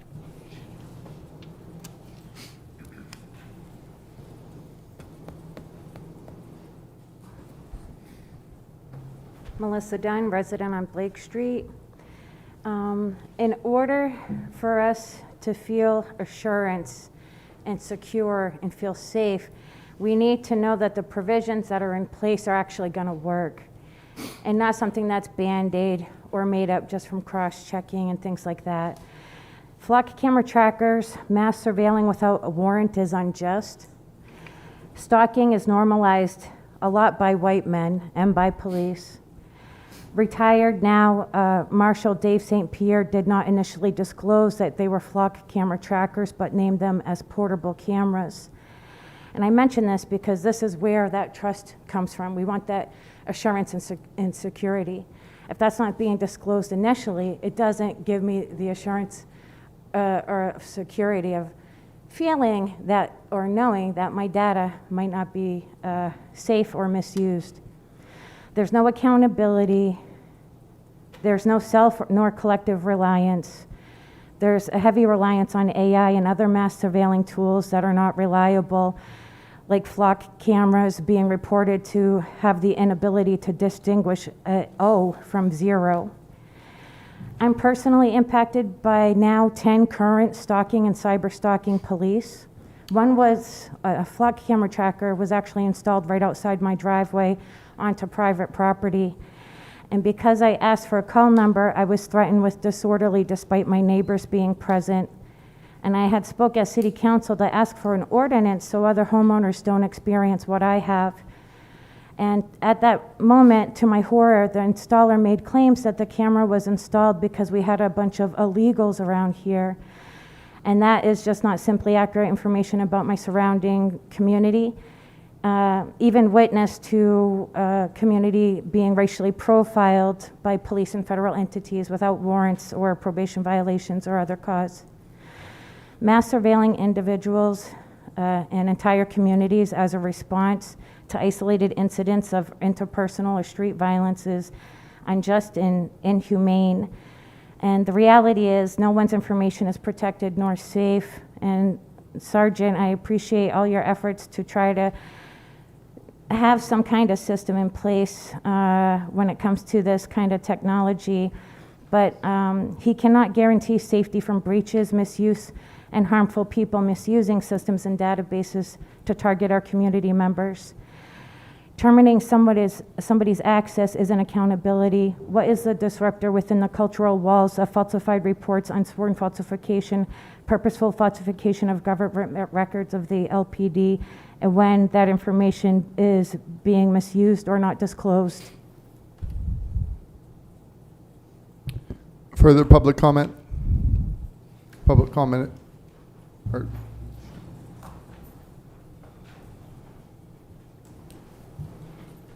Martin, Chartrand, Ward 3. I just want to add that there's been discussion here of the fact that we're surveilled all the time for commercial purposes by internet providers and by our phones, and that may be true. It also doesn't mean it's right or that we want it to happen. And I think we do need to have a conversation at every level about how we can disentangle from that. I'm working myself to switch to providers that don't do that, like Proton. And but if the flock cameras and how we use them is something we can choose at the local level, because a lot of that stuff we don't have power over, and that if we go with them, I appreciate hearing what the sergeant said about being able to look at the IP addresses that searched it. And I still have questions because I've also heard that hackers have been able to get into this stuff pretty easily. Can we really trust that the system tells us everything? And even if it does, if the breach has happened, that damage is already done. So yeah, I think we're putting a lot of faith into technology to work when it's been shown to lead to undesired outcomes, and the benefits don't necessarily outweigh that in terms of in the long run, because we don't know where it's going to go. So thank you. further public comment? Public comment is now closed. Sergeant Brown, I think you've mentioned this in the past. You need to create a police case in order to use this system. Is that correct? Yes. So you couldn't just like, hey, let me see everyone who went to 7-Eleven last night. Like, that would not be, I mean, theoretically, I guess you could create a police case to do that, but that would not be an acceptable use of the system. That's correct. I mean, you do need to have a report number. Thank you. Report number, yes. Yep. Okay. And a reason before you can even conduct a search. Those are, they have little red asterisks on them where you can't even go to the next one until you put in a case number and a reason. Because those are the two prerequisites that we require. From there, I can search the call number in our system and look and see, okay, yep, that was a stolen motor vehicle, okay, and so-and-so did the report on the stolen motor vehicle, so therefore that was a valid search. So those are some of the fail-safes that are pretty easy to figure out, and if there's a 7-Eleven incident and I don't see a 7-Eleven incident on our call sheets, I'm like, okay, well, that's a red flag. Gotcha. Thank you. Councilor Herman. Thank you. Just wanted to pick up on something one of the commenters said. So when we asked about safeguards and about whether other people can access this data, you mentioned that according to Flock's website, they can't. And I believe you there. I just wonder about the potential motivation of a for-profit company that's they're not even selling cameras, they're selling a subscription service to use their cameras. And I just wonder if we should be questioning, their potential motivations in whether they can access that data, whether they can sell that data to other parties. It's just something to think about. And, I believe you when you say that's what they tell you. Mm-hmm. I just question their motivation. So one quick thing I'm going to add, elaborate a little bit more on what you're saying is the data part. The cameras do not capture biometric data, faces, or anything specific about a person or the person's surroundings. What the camera captures is the license plate and the vehicle, and that's it. That is the only data that is stored. There's actually no personal data associated with the vehicle and the operator and or the owner of the vehicle in the Flock system. So hypothetically, if the system were to get hacked by a hacker or by a third party, or if somebody's going to be selling off information, they're going to be selling off a photograph of a license plate and a photograph of the rear of the vehicle. May I ask a follow-up?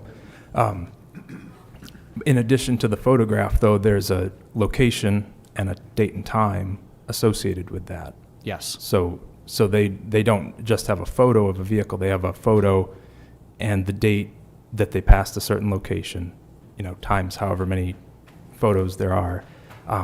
Do the cameras also pick up other attributes of the vehicle, like color, damage to it, bumper stickers? Bumper stickers, yes. Damage, no. Color, yes. Make, it's pretty good at deciphering the make of a vehicle. It's not the greatest sometimes. Obviously, at night, it's not very good at all. And then I'll also just add that, if somebody has the license plate and the make and model, even just the license plate, that tells you who owns the vehicle or who the vehicle's registered to. And for most people, for myself, I drive my vehicle 99% of the time. There's one other person who drives it 1% of the time. They live at the same address. So if you have somebody's license plate and their location and the date and time they were at that location, that is a little bit concerning to me. Yes. However, the system that has your information associated with that vehicle has no connection with the system, the Flock system. So to do that, it would take the officer who's certified to use the system and certified to run license plates. He would have to pull the license plate out of the system, run the license plate into our computer system, through our MDTs, and run the plate, and then they would get your information associated with that vehicle. So the two are not connected. Just there's a big difference between Flock having access to this information and Flock not having access to your very personal information, your license plate information, and what the association is. Yes, understood. Thank you. Councilor Longchamp. Yes, thank you, Mayor. To me, it's very simple. If you don't commit a crime, they're probably not going to show up at your house with the license plate that this camera has picked up. Second, I would just like to talk about the location of these Flock cameras really quickly. I think they have gone in places where they're needed. People can complain all they want that they're in areas where there's this culture or this color people or this or that, and the reality is the Flock cameras need to be in areas where the crimes are happening, where calls are going to, right? That's where they're at. That's where they should be. Yes. So if we want to complain and get upset about where they are, we really need to do something about the crime and what's happening in those neighborhoods. And to the people, and I mean, the reality is it's the people that are committing these crimes. Blame them. Anything further, Councilor? Yes, thank you, Mayor. Again, I do think that there are going to be certain situations, unfortunately, with everything new. Without a doubt, there's probably been some abuse with the system. Everybody all set? Good. I'm checking on other counselors' hydration, but Thank please you. continue. Abuse with this system that most likely did happen, unfortunately, right? So then when people hear about that, it gets a really bad taste in their mouth. But the reality is this is helping fight crime and get criminals off the street. It's another tool that we need. As long as it's not abused, I think you need to hold high standards. You need to make sure that you are auditing all the time. And when someone is abusing the system, you address it, right? Yes. Thank you. Councilor Najin, did you have your hand up? I did. Thank you, Mr. Mayor. Just to follow up on what I said before, ultimately, I'm quite sure at some point in time there will be a class action lawsuit against Flock. I mean, there's been class action lawsuits against Verizon, right? Like, there's been class action lawsuits against Top Games, you name it, right? Like, technology takes advantage when it takes advantage. My hope is that, and I have a fairly good feeling that we have things in place to make sure that we're not taking advantage. And so ultimately, not using a tool that is available to us, even if we don't understand the technology behind it, like if there is a back door, for instance, like we don't have that information. We're not forensic scientists. And so it just seems it would be foolish to be in a situation where we would be Luddites in the way that we would approach law enforcement when there's a tool available. If we're making sure that we're doing the right thing from our side, I'm comfortable with that. And I would also say that, unless my constituents push back dramatically, I don't get a lot of contact about Flock. I see in other communities it's a very hot topic, and I understand why. But I think that the folks in Ward 1 actually, by and large, are okay with the fact that Flock is existing in our community. So. Just a couple of quick points as we wrap up. It sounded like it was not subjective in the way that you placed the cameras. You submitted crime data, and it was done through an objective process that led to the placement of the cameras. Is that an accurate depiction of what happened? Yes. Okay. And then I had something else, but yeah, we're good for now. Anything further from councilors? Thank you both so much. Thank you. Thank you. We are now up to the second public comment period for those that didn't speak in the first public comment period. And the second public comment period is now closed. We're now up to reports and updates, and also we're just going to combine 16 and 17. Reports and updates and new business from councilors, should there be any. Councilor Ehrman, yes. Thank you. I just wanted to mention that this Friday is Juneteenth, and this Saturday, Community Organizing Alliance has an event at Bates College, 4:30 to 7. It's I believe it's the 4th annual Juneteenth celebration that they've organized. Yes, thank you, Councilor Harriman. If you go to my Facebook page, there's a registration link for that. Further reports, updates, and new business from councilors. Councilor Martell, yes. Thank you, Mr. Mayor. So an issue that seems to be coming up lately and that I've noticed personally, and I don't know if we can workshop this or if it's going to take an amendment, an ordinance, but we have a lot of homeless people in the Park Street area and just along our streets. And Park Street used to be a very vibrant business-orientated part of our city, and it doesn't seem to be that's the case anymore. I know that our police department is kind of handcuffed by state law and the homeless protocol that's been put in place, but I would like to explore as a council what means we do still have left to try to move some of these people on or get them out of doorways or something.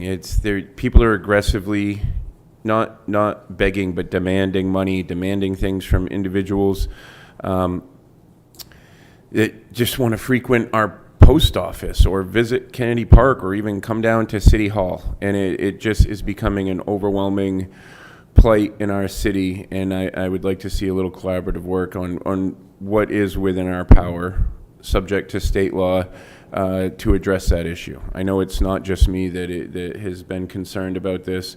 I know another counselor has raised it with a city administrator and myself, and I've had a lot of contact with my constituents and just residents of the city that really don't feel comfortable frequenting businesses or even visiting some of our parks that we put a lot of money into, or even maybe visiting some of the public art that we have, because they can't do so peacefully and feel safe doing so. And I just think that warrants a little bit of conversation and maybe looking at how we could address it.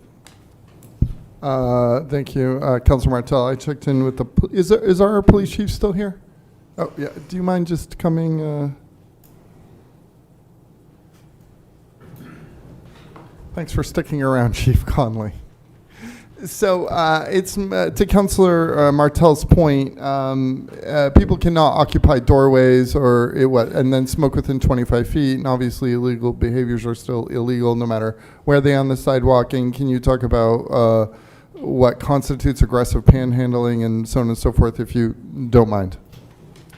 So, I mean, there's a difference between what state laws and what ordinances govern, right? So there's variances in both of those. So, you know, there's things like criminal trespass, there's things along those lines, but one of the things that we do obviously run into with the homeless protocol, that's changed the way that we've been able to address those. And that's been, I think, 3 years now that's been in effect.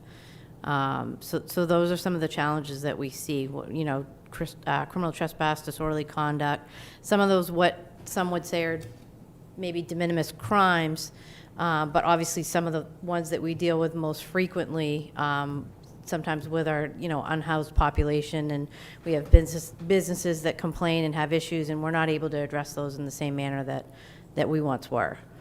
As far as, you know, loitering, things like that, blocking the sidewalks, those types of things, those are more, generally speaking, more ordinances that we deal with. There are things that we can address, but, you know, some of the challenges we deal with is somebody on a park bench, right, that is creating an issue, or maybe, you know, some would look at it and say, make some uncomfortable to approach the business. We're not allowed legally to obviously remove that individual. They have every right to sit on that park bench, you know, just as anyone would. So there's challenges, I would say. Thank you, Chief. Councilor Longchamps. Thank you, Mayor. I think Councilor Martell is absolutely right. I'd like to ask our administrator if we can put something on our agenda or speak with code enforcement to see how we can strengthen the ordinance that we have right now in place. And obviously, we have to be careful with the state law. You know, we're not talking about individuals that are just unhoused, that are sitting respectably on park benches. We're talking about, unfortunately, individuals that are heavily addicted to drugs or alcohol, that are urinating all over those buildings. If you walk by Park Street with the old Victor News or the Salvation Army, it reeks of feces and urine. There's oftentimes needles left on the ground. They are sleeping. Some are, I don't even want to say the next thing that's happening on the Salvation Army doorway. I believe that organization needs to do a better job at maintaining their building and controlling that area and stop letting people just hang out there. They need to help us in lots of ways. So again, you know, we're not talking about just an unhoused few individuals that are being respectful. They're not at all. In fact, there was a lady that died or was killed right in that area going down those stairs to Lisbon Street, if I'm not mistaken. Am I right? A homeless individual? I think you made, about a year ago, roughly. About a year ago? Yes, I was not killed. Or died? Yes. Or... I believe it was an overdose. Yeah, in that area. So there's a lot of drug activity and things, and yes, we can say, oh, the police can address it, but once they have administered that into their body, and they're very quick about it, you can't just arrest someone for just being high. So I would like to see how we can strengthen that ordinance sooner than later with our city administrator. Is that possible? Yes, we can add to a future agenda, absolutely. And get that on our next agenda if we could, please. We'll try for next. Thank you. Councilor Najin. Thank you, Mr. Mayor. I'd just like to add to that I think possibly the DLA or another organization similar to that could be folks we should also be communicating with. We know the businesses that contact us all concerning behaviors that are in those spaces, but I think we need to have a mind for what some of the local solutions are that maybe don't require enforcement mechanisms from law enforcement, and then also what are the mechanisms that we could use through, for instance, code enforcement or other pieces as well, because I think it's a overall problem due to lack of activity and also some, I would agree, either vacant buildings or permissive owners that are creating some of the problems. Councilor Harriman. Thanks. Can I ask, just for curiosity's sake, what ordinance we're referring to? Yes, can I answer that? Yeah, sure. I don't want to. I'm talking about like the loitering is really the only one that I can think of. If there's one we can come up with, I'd love to come up with something. If I may, we have had conversations with Director Connors from Code, so we are in conversations with the PD and Code Enforcement right now about sort of developing something that, you know, a stronger ordinance that addresses some of the other issues we're dealing with aside from the loitering piece. Thank you. At one point, the police department maintained a list of businesses that were allowing police department to move along individuals who are in doorways and otherwise in property. Is that still happening, or is that on hold because we've lost the beat officer for right this second, or? No, our community resource team handles that, and they regularly meet with the businesses down there. Perfect. Thank you, Chief. Thank you, Chief. Please go quick. Go home before. Are we ready for economic sessions? Yes. Okay. All right, Councilor Najin, did you have something quick?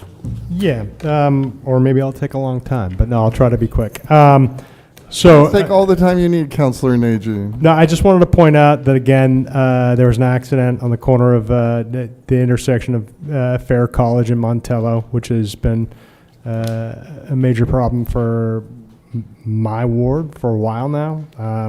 That's also the place where a bus stop has had the sides removed, and it's just sitting there as this hollow shell that should actually be either at Bates College or at Tall Pines. And also, some of these things I'm talking about directly connect to the Complete Streets Committee, which no longer exists. The Complete Streets Committee has fallen apart due to the inaction of Auburn, or the decision of Auburn to pull back out and set up a different type of committee. And so all of these things are incredibly important to my ward, and I need to see some way we can move forward on getting some of these high vehicle accident areas addressed finally and completely, making it safe for people who live in my ward to cross streets. I think that's super, super important. And then also, like, the bus stop thing is just, it's foolish at this point. Can we get the bus stops where they're supposed to be? So I just want to publicly state it. I am hoping that we can take some action at some point here. Administration, I trust you are taking notes on those topics. I'm saying yes. Madam Clerk, I think we're headed into executive sessions. Sure, there are two executive sessions, item 18 and 19. Item 18, executive session to discuss acquisition or disposition of real estate of which the premature disclosure of the information would prejudice the competitive bargaining position of the city. Requested action to enter into an executive session pursuant to Maine Revised Statutes Annotated Title I, Section 4056C, to discuss the acquisition or disposition of real estate of which the premature disclosure of the information would prejudice the competitive bargaining position of the city. And item 19, executive session pursuant to Maine Revised Statutes annotated Title I, Section 4056A, to discuss a personnel matter. Requested action to enter into an executive session pursuant to Maine Revised Statutes annotated Title I, Section 4056A, to discuss a personnel matter. May I have a motion, please? So moved to both. Councilor Chittum, second by Councilor Najin. Madam Clerk, please call the vote. Counsel from Ward 5? Yes. Ward 6? Yes. Ward 7? Yes. Ward 1? Yes. Ward 2? Yes. Ward 3? Yes. Ward 4? Yes. Motion passed by a vote of 7-0. Thank you very much, Madam Clerk. Thank you, everyone, for joining us. Thank you to my fellow members of the council, and have a great night, Lewiston.